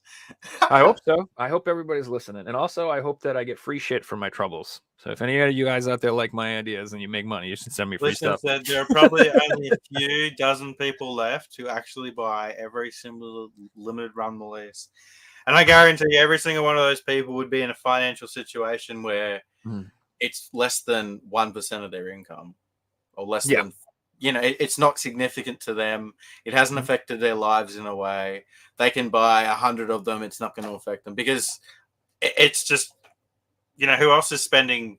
I believe they've got 600 PS4 games at this point. Let's just do PS4. 600 games. Mm-hmm. Let's say someone living in Europe, or we want to do North America. We'll do North America. Mm-hmm. So the average game is what, $30? How much is one game shipped? $6.99 maybe in America. All right, so let's average it out $5 because you might combine shipping. Just that alone, no collector's editions, none of anything else, just the base game. We're just assuming 600. I think there's more than 600. Mm-hmm. The 18 grand. I mean, yeah, that's like over 20 grand already, and we're talking US dollars. That's just for base games. We know some games for $60. Yeah, most people doing this are buying collector's editions. They also buy the Switch versions. They're also buying the Vita versions. Mm-hmm. You know, we're talking people with full sets have probably spent close to 30, 40, even 50,000 US dollars. Like, yeah, you know, if you just collect collector's editions, good God, dear Lord, you have spent a lot of money. And that's not an investment or anything. Like, if you want to sell this stuff, if you put it in a bulk lot, you're getting fractions of what you get. You have to sell every single piece individually broken down on eBay or which Etsy takes or 8 Amazon. months. 8 months to sell it. It doesn't just like. I mean, I do this full time. I thought it would be a chore. I'm still not like halfway through selling my collection. I've been doing it for 9 months now. It's insane. Yeah, and like I'm getting the value out of it, but it's hard work too because. You know, with every single game you list, there's a potential person who wants to send you a PM, wants photos of the disc, wants to ask you about this. They don't end up buying it. You've just wasted another 10 minutes. Yep. Like, you know, I take 6 photos of every single item that I list. Like, yeah, it is a lot of. And here's the other thing. Let's be realistic. Like most people, when they decide to sell their collection, they're doing it for like an emergency, or they're moving, or they don't have time. They don't have time. So like you know, you'll be people who are like, you know, or my favorite reason, women. The number one destroyer of video game collections in the universe is women. I don't care.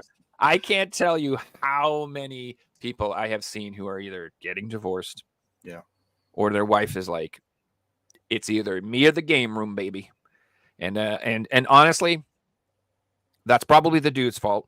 So if your wife is that mad that you have this collection, you're probably being ridiculous. I'm just being honest with you. Like, I have this collection, and my girlfriend, she isn't obviously thrilled, but you damn know I'm paying all the bills, and I'm taking her out to dinner. I'm spending my money on her too. I'm not being neglectful. You know what I mean? Like, this is like, my extra fun money I buy stuff with, and it keeps me from. I always explain to her, I'm like, well, I could have a drinking hobby, or I could go out with the boys every day. I could do heroin if you want. Maybe I like how that's a the way you cocaine. I could be, I'm like, let's compare and contrast to all the other people I know in my life, what they're doing. How am I doing? Yeah, all right. All of a sudden, my little stupid video game collection ain't that bad, is it?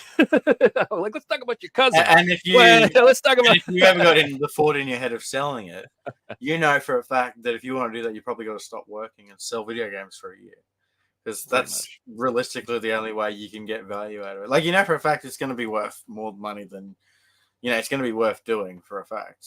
And you would regret it for the rest of your life if you did one of the whole, here's my whole collection for 20 grand or 30 grand. No, I already have my entire financial future planned.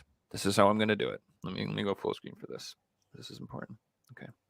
What I'm going to do is I'm going to start a bidding war between James Johnson and Sean Powers for the ultimate PS5 accessory. That's right. That's right, boys. Who wants it? Who wants it? Who wants it? Who needs this sweet, one of a kind, collectible PS5 Slurpee cup, dude? Like new, barely used. I think only one Slurpee was ever in this thing. So it's got my DNA in it as well. That's cost extra. I'm just saying. Bidding starts at 25,000. 25,000, boys. I was wondering where this was going.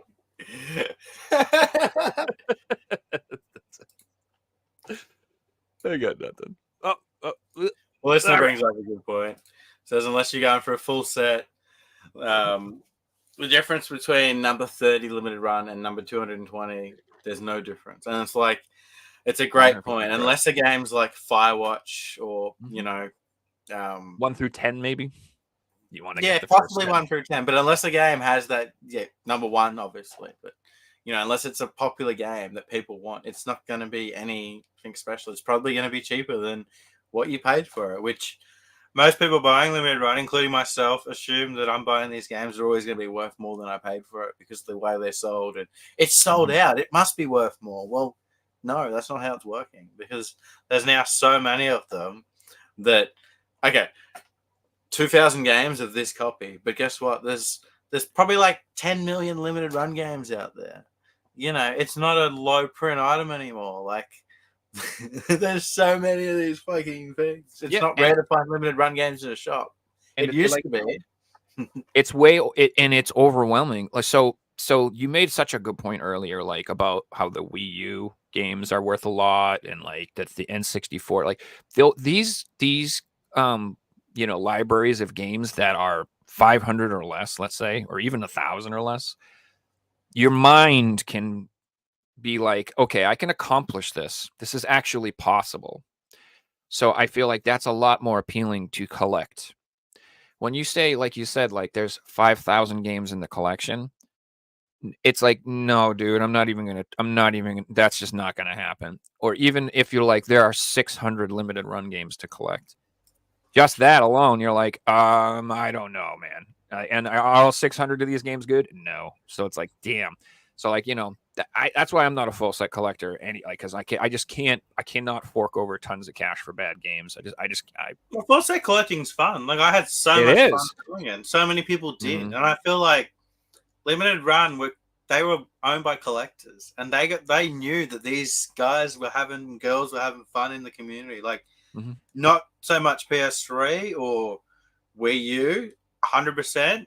It got the Vita community. The Vita community was what got limited run going. We can make money off these guys because there was so many passionate guys and girls as well, because there were so many girls in the scene going for full Vita sets back when it was cheap, like 2013, 14, 15, 16. I know Josh and Doug were in the community too. And, when they popped up, they were doing Vita games, man. And it was awesome. Like what they did for Vita was so amazing. They literally gave the Vita a second life. Limited run 100% gave the Vita a second life.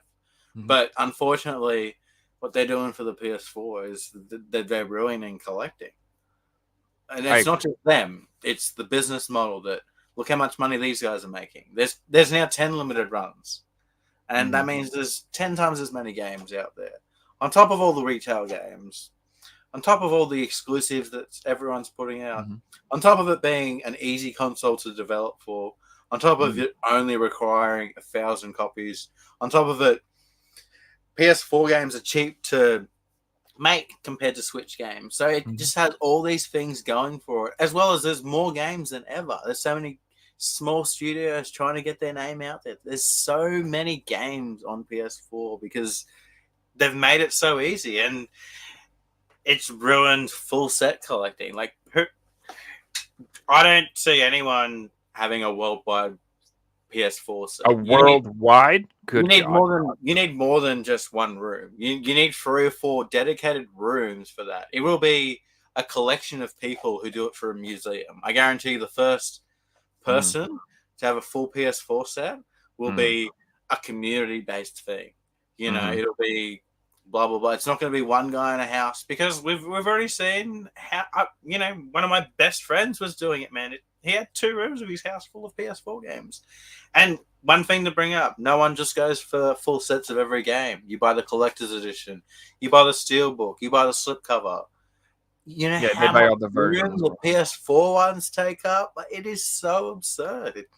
It's completely taken away full set collecting. And like Joe said, people won't collect full PS4 sets. People will collect full JRPG sets, full Atlas sets, full Tedesco sets.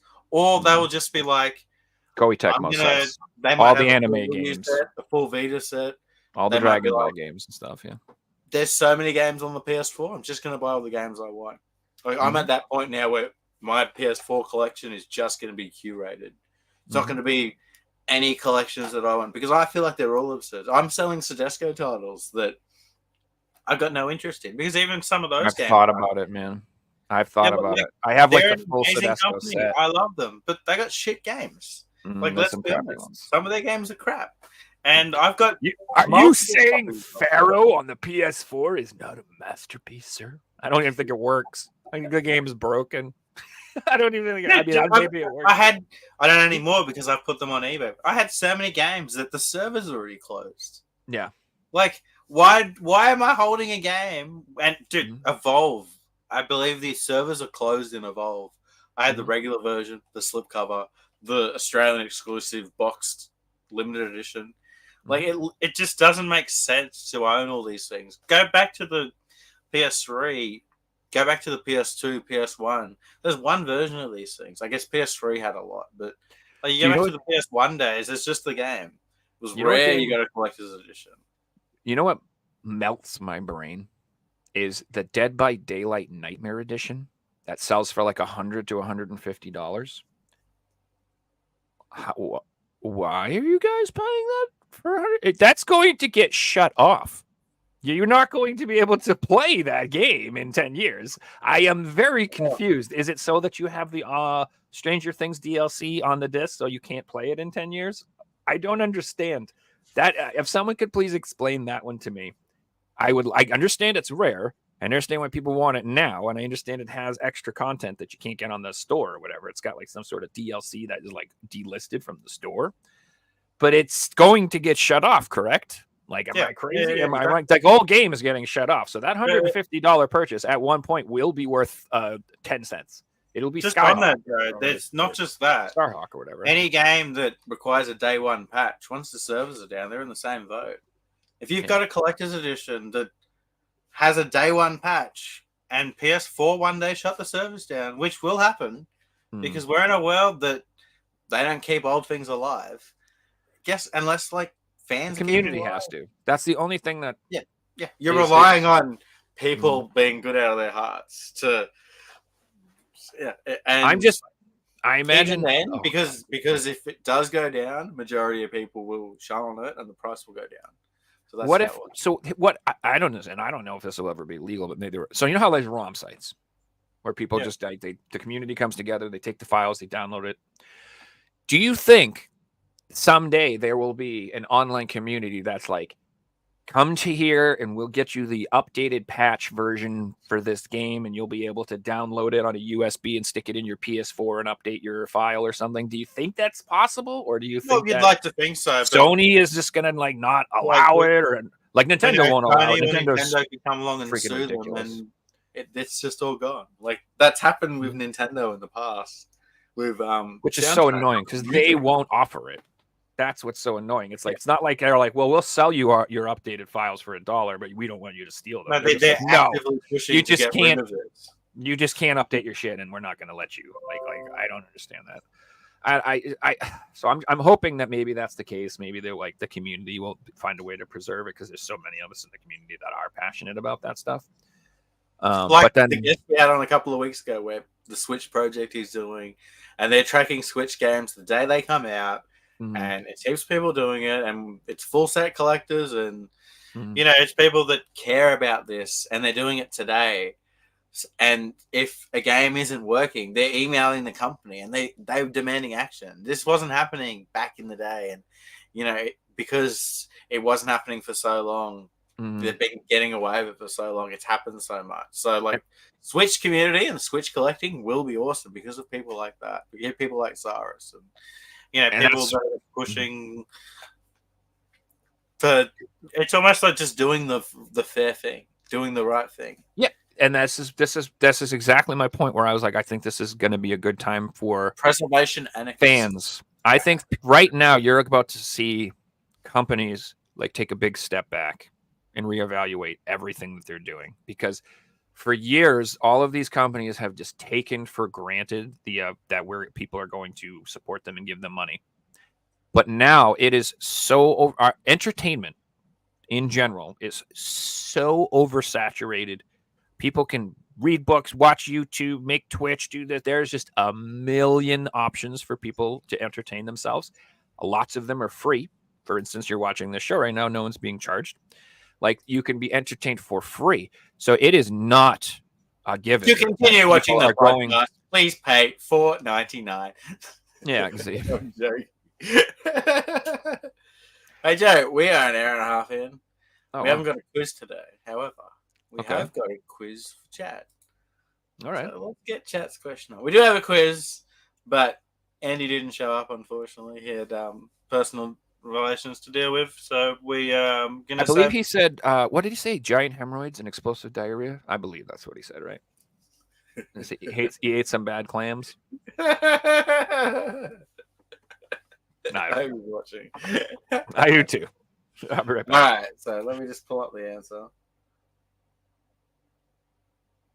Where did Joe go? Oh, there he is. Give me 1 second, guys.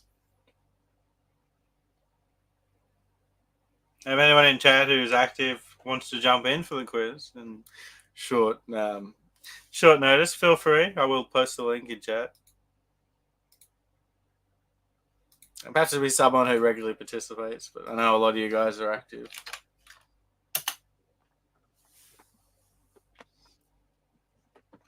Sorry, I'm just trying to find it. It's a really good quiz, too. They're getting really good. All right, chat, here is your question for the week. Before I bring out the question, we got the scores. So unorganized. So, in our Year show, currently Banfi is destroying everyone with a lead of 3 points. The only other person to score is Evan with 1 point. So, today's question is worth 1 point, and I need the full video game title.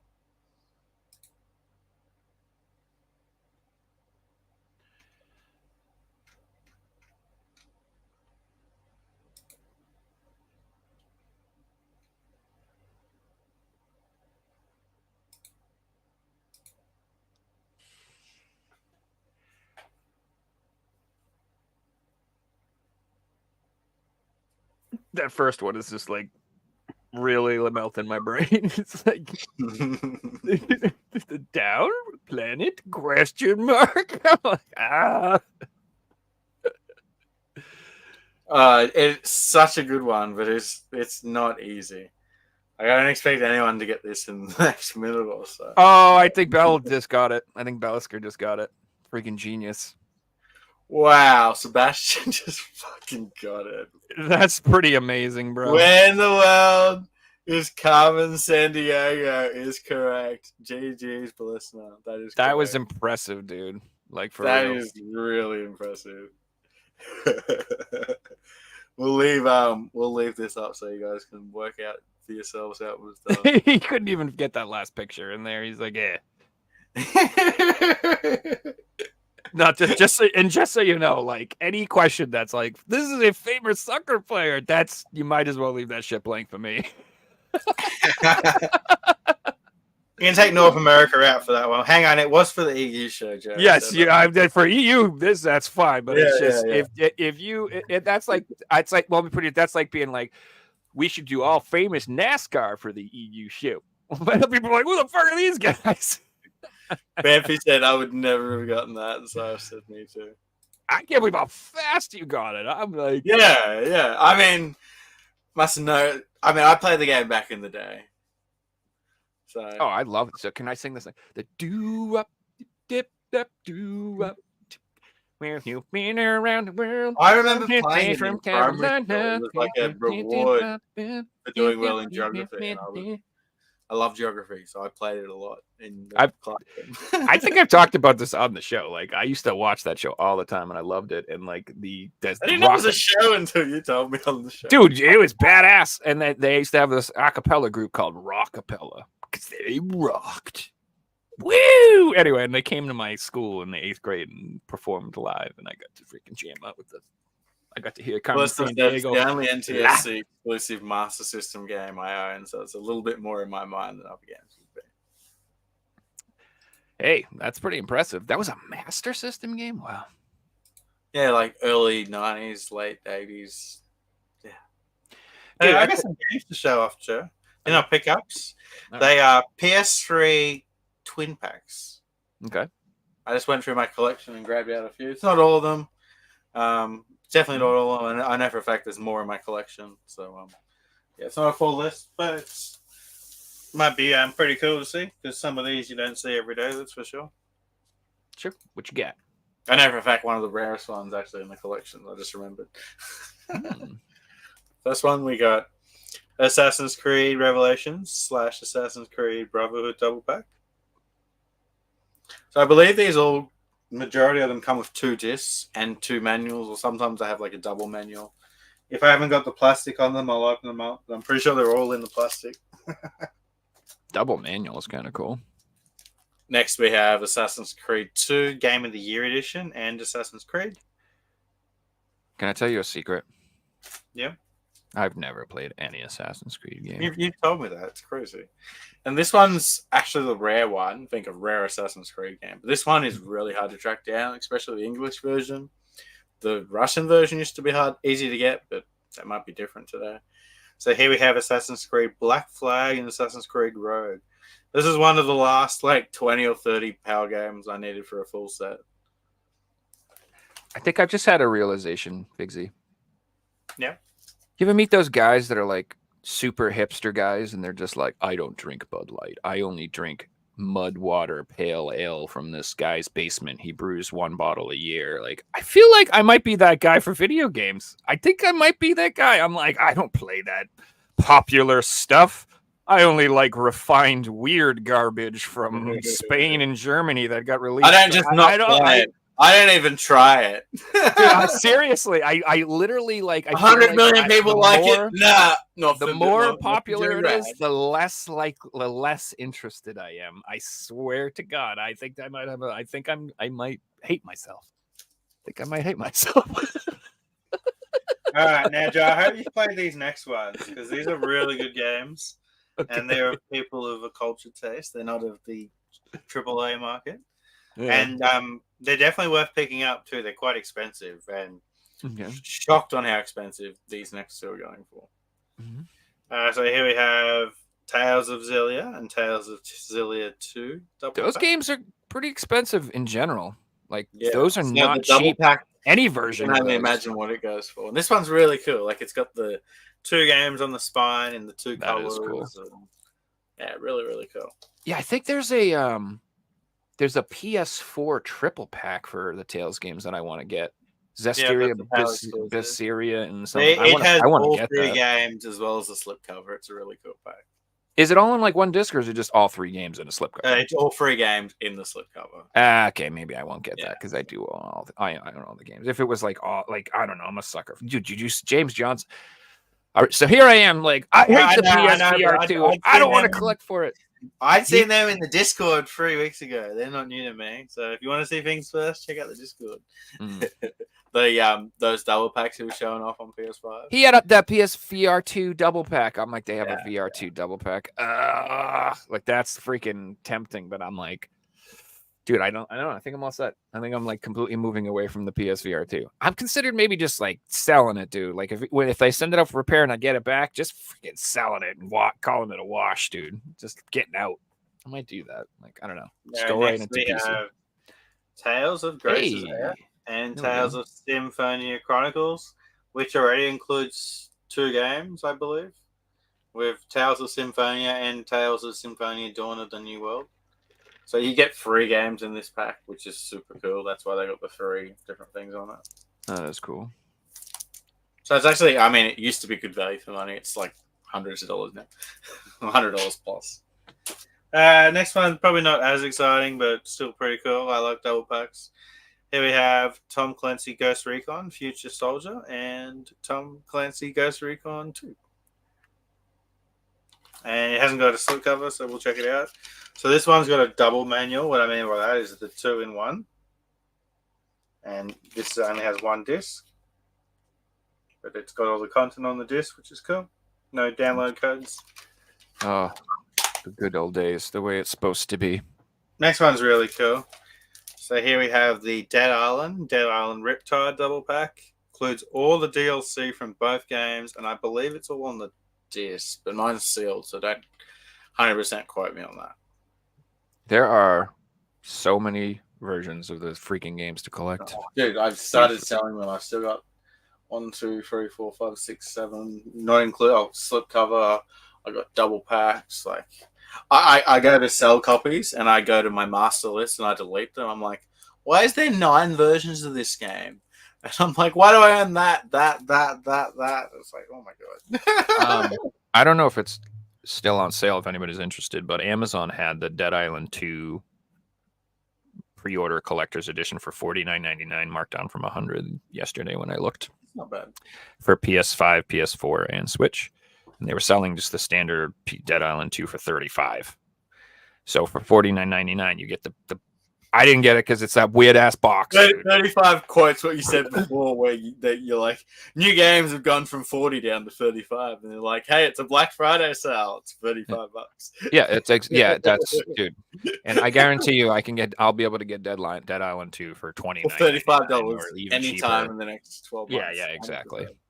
Oh, I'm super looking forward to the January through March. I feel like PS4 games are going to get clearanced out everywhere because they're supposedly stopping to make them. Oh, by the way, it's already happened all the time now. You go to buy something and the PS5 copy is $25, the Switch copy is $25, and the PS4 copy is $40. It's already happening because they're still making the Switch copy because the Switch is still being supported. PS5 is still being, but the PS4 is getting phased out, boys. So like a lot of the time now, that PS4 copy is not going down like it used to, and like that's pissing me off. So you gotta be hopping on some of this stuff now. Just letting you know, if you're into PS4, which I'm the only one of the weirdos who is.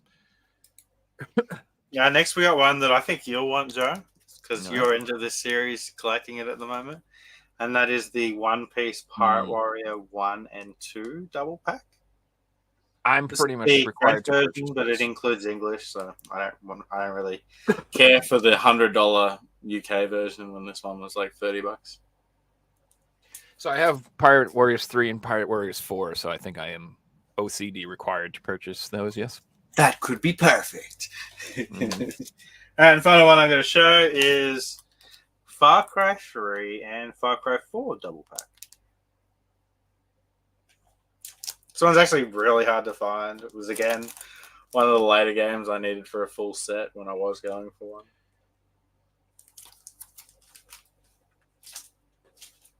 That's all the double packs I brought along. There's plenty more. I might bring some more out one podcast and show all the other ones I didn't show tonight.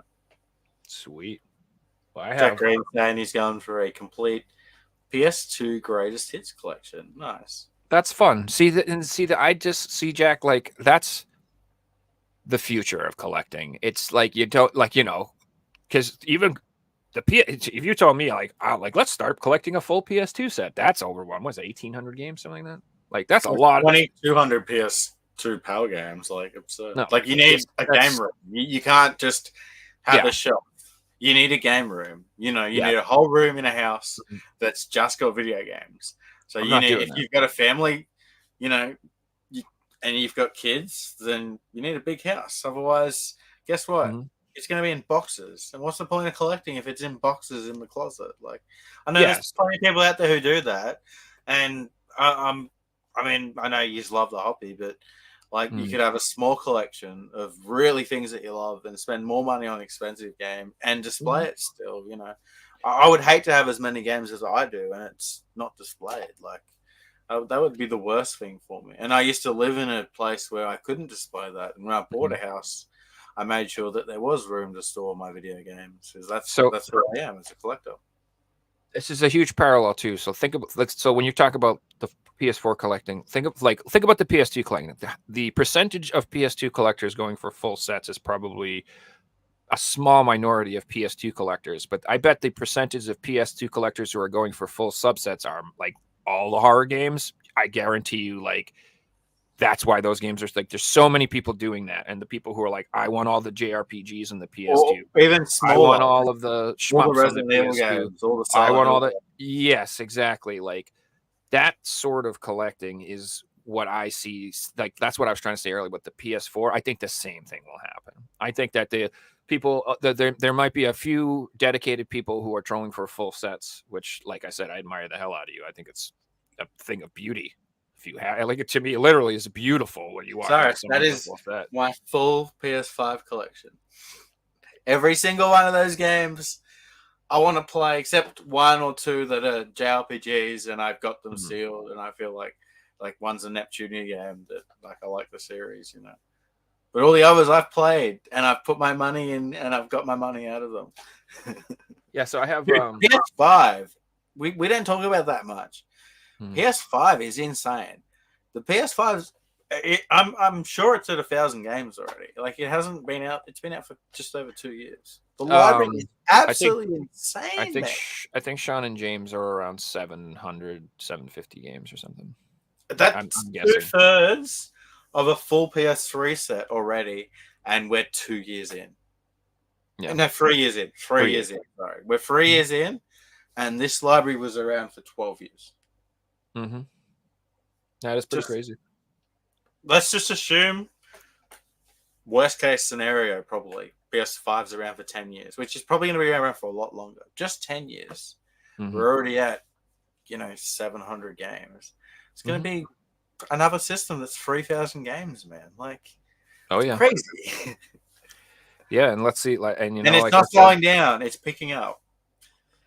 It's in that's why I admire the people who are trying to do it. And like you said, though, but like I at some point it literally becomes where do you put them? You need multiple rooms to have them displayed.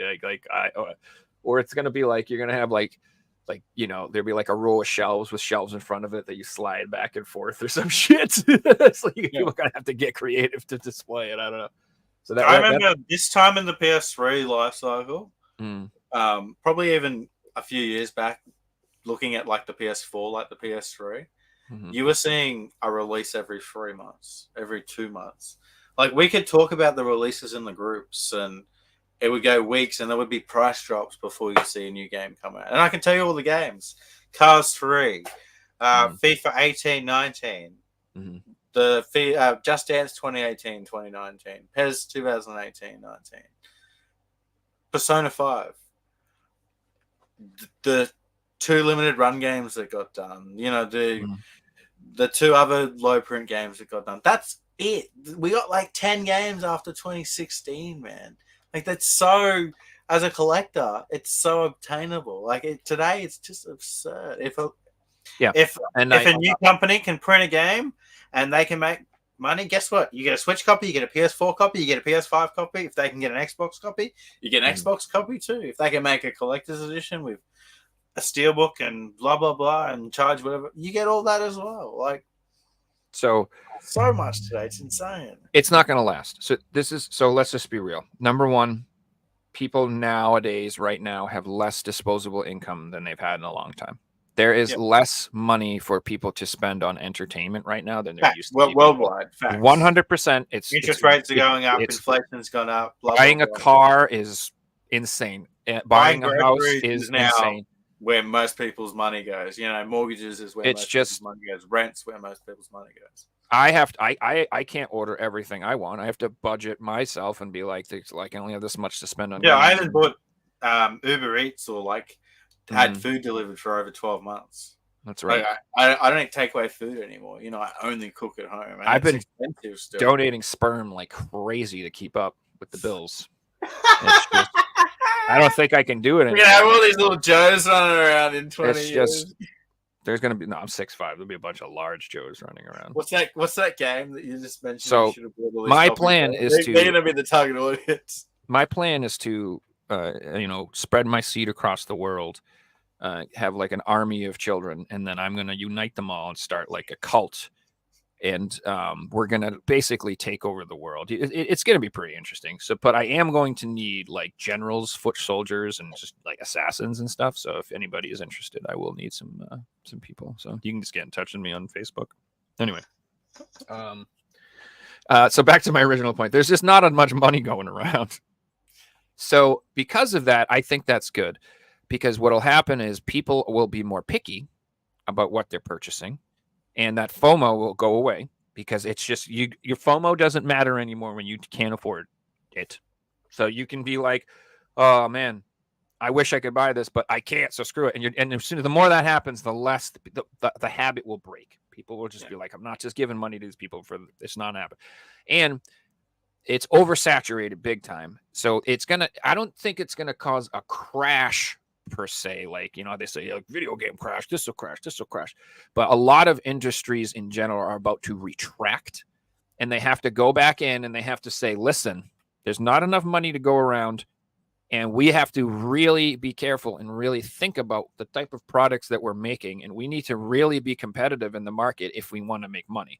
We're not just going to make money because we're the latest thing anymore. People can't afford to do that anymore. And so I think overall it's going to be a good thing because it is going to force these companies to have to go back to the drawing table, and we are not going to be they're like yours crappy games, your like live service games. I think Sony said they canceled 8 of them. They were going to make good. Cancel all of them. No, I hope all of these games that are just money milking machines that aren't designed to be anything other than business transactions designed as games, literally like casinos and lottery, just literally we've designed a way to manipulate and trick people into playing this game and getting them addicted and screwing them out of their money. That's great. That's going to not work. And also, I really, like I've said this before, DLC and these I'm not buying your game anymore on day one if I know it's going to have 4 DLC packs and you're going to release an updated version in 2 to 3 years. You have done this to yourself. You're not getting $70 day one from me on a game that I know is the vanilla version of the game that's not complete. I'm not doing it anymore. And so I think that whole attitude with Baldur's Gate and Zelda and everything is being reevaluated. And these are games of the year, huge selling games, no DLC, no updates, and people respect that and appreciate that. Oh man. I'm bringing on the whole changing culture and what's going to force into these games. They instantly made me think of low print companies. So with the whole less money being out there, I hope that forces these companies to be like, hang on, our games aren't selling as well. Let's just assume limited run, for example. This is generic, not targeted at that then, but let's just assume them. I hope what that causes is them to be like, okay, we can't now do shit games. Let's stop doing shit games and only do games like Persona 3, Persona 4, games that people really want, because they're still going to find the way to buy those games. Yeah. And it might get, if it gets into that and every game they put out's like that, suddenly they're going to get people's money again, and the cycle's going to flip back onto how it used to go. And that hopefully that's what it takes. And, you know, they stop cutting corners and stop releasing broken shit. And, you know, if there's DLC, put it all on the cart, because that's what we want as collectors. Like, they've completely got away from what they were initially doing, and they started preserving video games for collectors. That's what they were doing. They were marketing themselves as video game preservationists. Today, they're just another Walmart or another. So what? The entire viewpoint that people used to have for limited run games is completely on limited rare games now. Limited rare games has everything that limited run games wishes they were. Limited rare games, which is they are the ones that are like, actually, no, these are limited print. These are it, and that's it. There's only a couple copies. You get 10 minutes, buy them or not. That's it. It is what it is. Like, and even there, that's gone down a little bit. But like that whole thing that they used to have is gone. Yeah, the whole FOMO thing, it's not there anymore. It's not. I mean, they don't even sell. Like, I give them credit on how they do their sales today, but yeah, I like it better. Part of me used to enjoy waking up at 2 a.m. to buy something, and you get a good feeling if you do buy one of those things. I'm not saying it's good for the market. I 100% think it's way better the way it's done today, but I don't buy them today. I used to buy them when they were sold the other way, so. You know, well, they're dumb. Look, think of this. Imagine this. Riddle me this. Imagine you could join the limited run club, and you had to give them $50 for the year, and then when they had their games come out, you got one copy automatically pre-ordered for you, and you didn't have to wait, and you would just get one. You know what I mean? And they could literally make it into like, I bet you could get 1,000 people to sign up.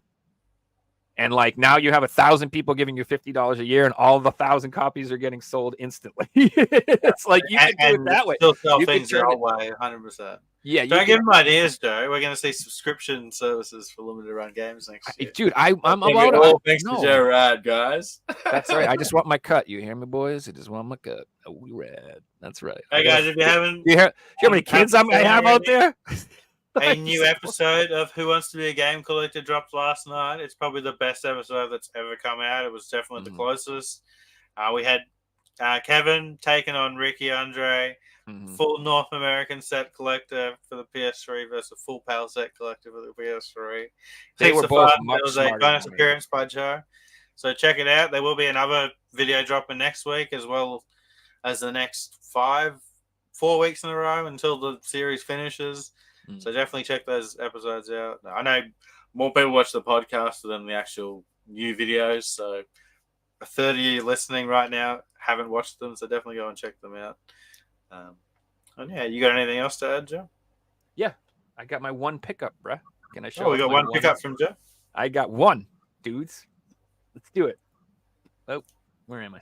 There I am. Okay. So first off, how are my eyes looking? By the way, they still all fucking.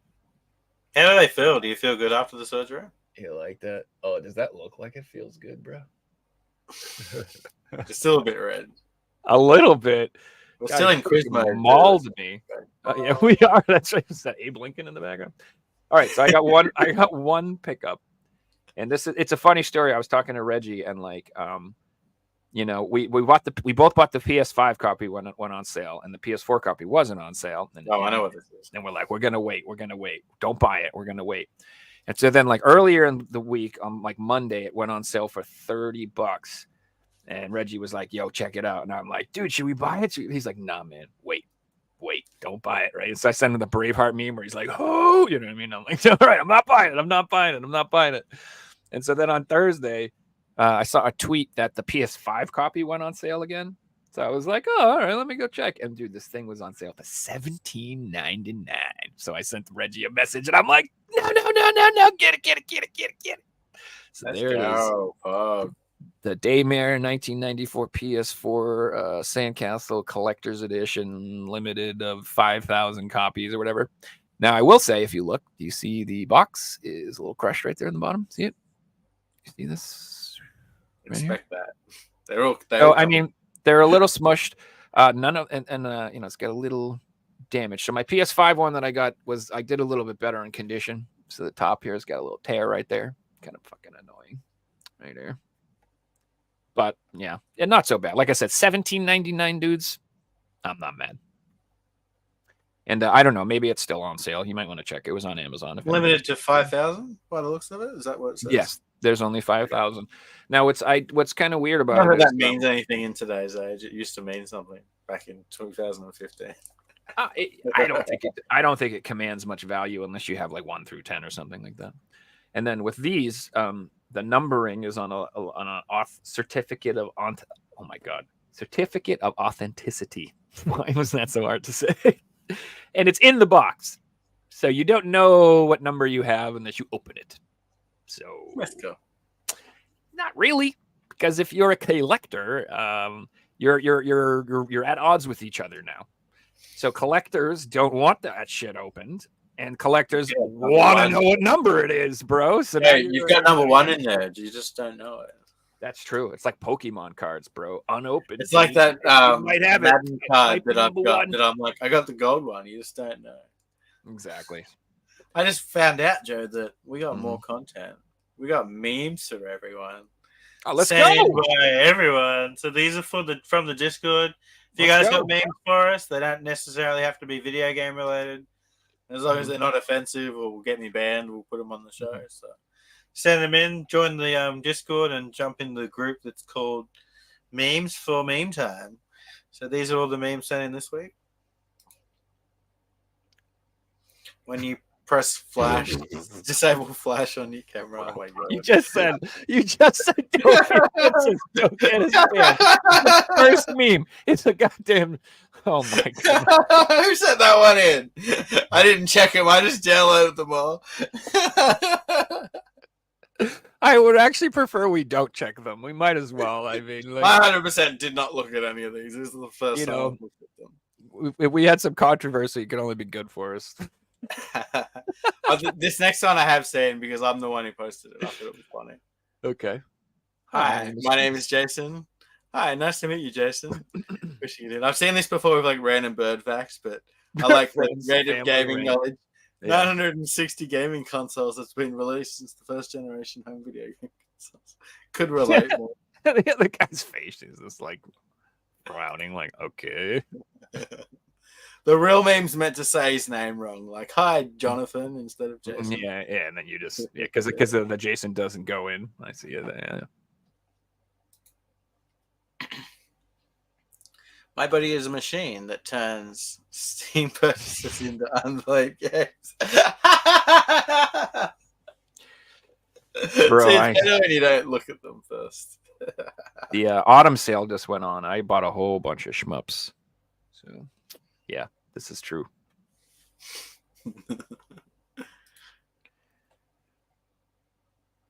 Yeah, so we got Mario running towards the to save Princess Peach, and we got that hot ass. Wasn't this like a fan art?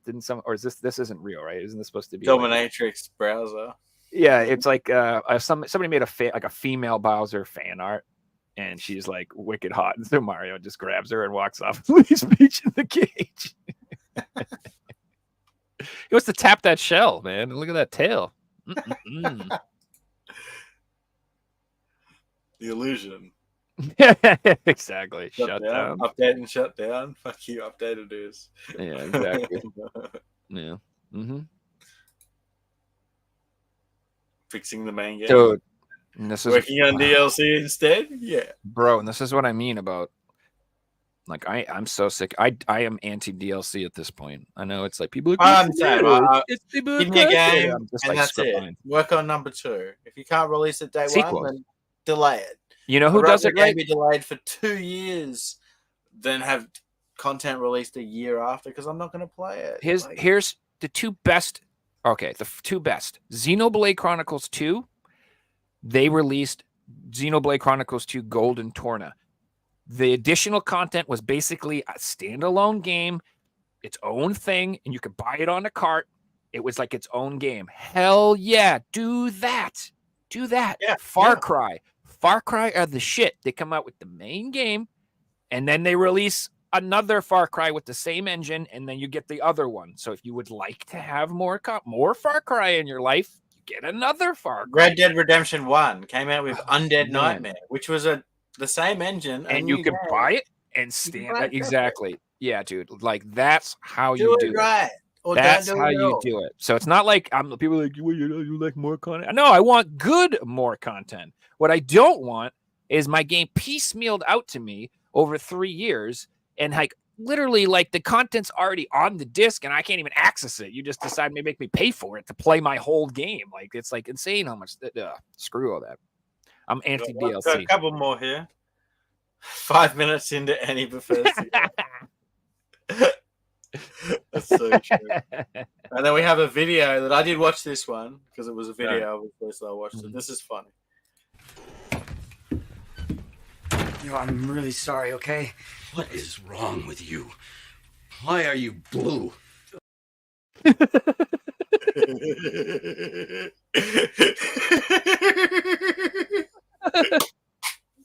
Oh, that was good.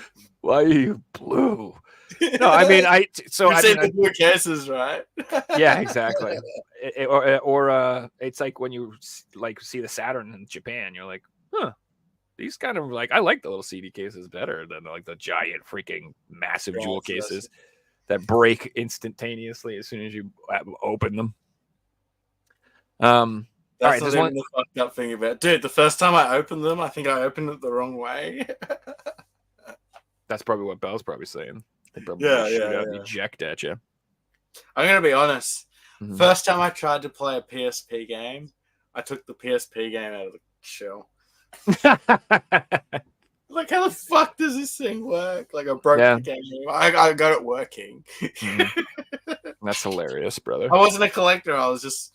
It was like 2010. I bought a cheap PSP. Blah blah blah. 2011. The UMD was a bad idea in general. I just wish it never was that. I wish it was carts or something immediately from the start.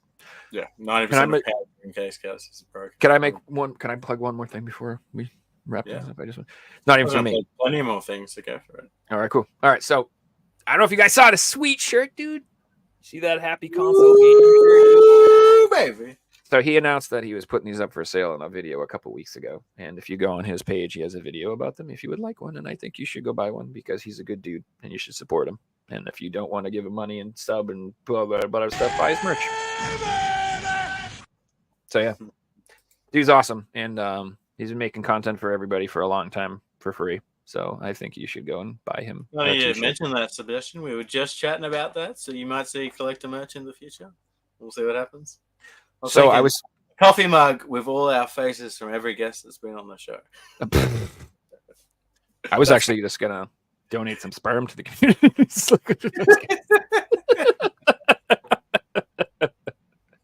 What's Joe's bag of surprises? Yeah, well, the poor sap that watches movies on his no. The poor sap that uses his PSP to watch porn. Because that's the thing.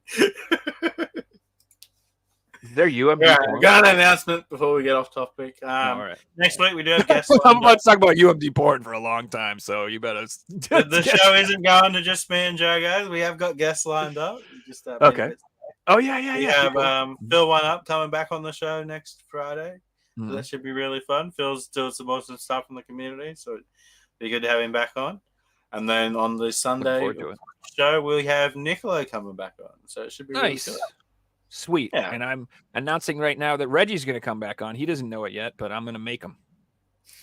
So I'm just kidding. He would have came back on tonight if he would have come back on if you were awake. Yeah. If I didn't wake up at 1 o'clock in the afternoon. I'm just joking. Yeah, we should get them. We have got another announcement. We haven't fully decided yet, but we will be doing a season 3 of the podcast come next year. Things will change a little bit. Mixing up the format. You'll see less of the Figsy quiz. The quiz will become its own separate show, like you're seeing on YouTube at the moment. It's obviously hard to write questions for the quiz and the podcast, so you'll see the majority of the questions on its own show once a week, and that will be a regular thing. On top of that, you will still see quiz questions. It will just be in a different format. That won't be as long to write, but it will be interactive, hopefully more interactive with you guys. we'll be bringing a couple of more segments in, hopefully a new intro and maybe even a new song. So yeah, it should be really fun. Yes, I would like to, with the new intro, I've said this before and no one has said anything in, but if you would like to send in content for the new intro, we could do that in Discord too. If you want to shoot a little video with your phone, I'm looking for pictures of your game collection, like a little video, maybe you panning over your collection, or something funny or cool that you thought would be funny or cool. So if you have pets and you want to put a PlayStation hat on them or something stupid like that, that sort of thing would be cool. If you want to like dress up or do something like be in it, you can do that. If you want to sing along to the intro or something, you can do that. Like, you know, so if there's any stuff or video you want to send in that you would want to put on the intro, send it in on Discord. So Banffy brings up a good point. We don't have to just we can start selling our merch today. That's how it works. Oh, that's right. Actually, our pre-orders are open. Merch will be coming out by 2030. We're gonna have what products can we make up that these other companies make up? Video game. We'll just make some video game up. What's the one companies all want digital? Yeah, we got it coming, guys. If you pre-order now, in 3 years, you will have a coin. Okay. This is worth waiting 12 years for. Made out of metal, by the way. This is a metal that may become extinct by the year 2030. You don't know. You can't speculate on it. Just because this metal's found in every single building in the world, you don't know. It could be a rare metal. It's not silver, but... So I think the first thing we should release is like a Speedo swimsuit with a picture of me and you on each testicle. I think that should be the first thing that we release. And it doesn't have anything to do with PlayStation. That's just it. What do you guys think? I think it would sell like hotcakes. I think it's already sold out. And then what I'm going to do is I'm going to ask, we're going to send free ones out to people and ask members of the community to model for us. And we're going to make a little like calendar. But the way we're going to sell them is at midnight, they'll drop and they'll sell out. So you've got to buy them. Old limited. They will, because they'll come with. But if you want a copy, there's a $5 membership a month that you can sign up for that puts you on the list. Bro, I want to do sexy PlayStation collectors of the world calendar more than anything else. More than anything else in the world, bro. And I want it to be like no holds bar, like we all just look terrible. And we just do it. Just absolutely. We could all hold our favorite game. And we could get, and then everyone can buy them. Everyone can buy them for their wives and their girlfriends and be like, I mean, clearly this is what you're into. I mean, you're with me. You obviously love this look. You love this, dude. We're gonna make big, bro. Pre-orders open now. Comes with a coin. All right. On that note, we might call that a night, guys. It's completely off the rails.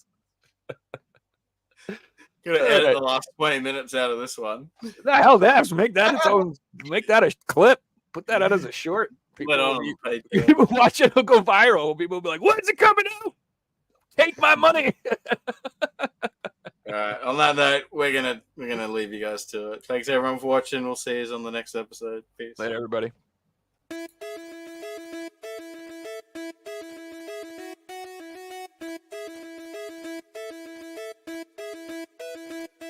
You found the coolest place to be, the PlayStation collecting nerds, and come on, won't you stay with me? Welcome to the show.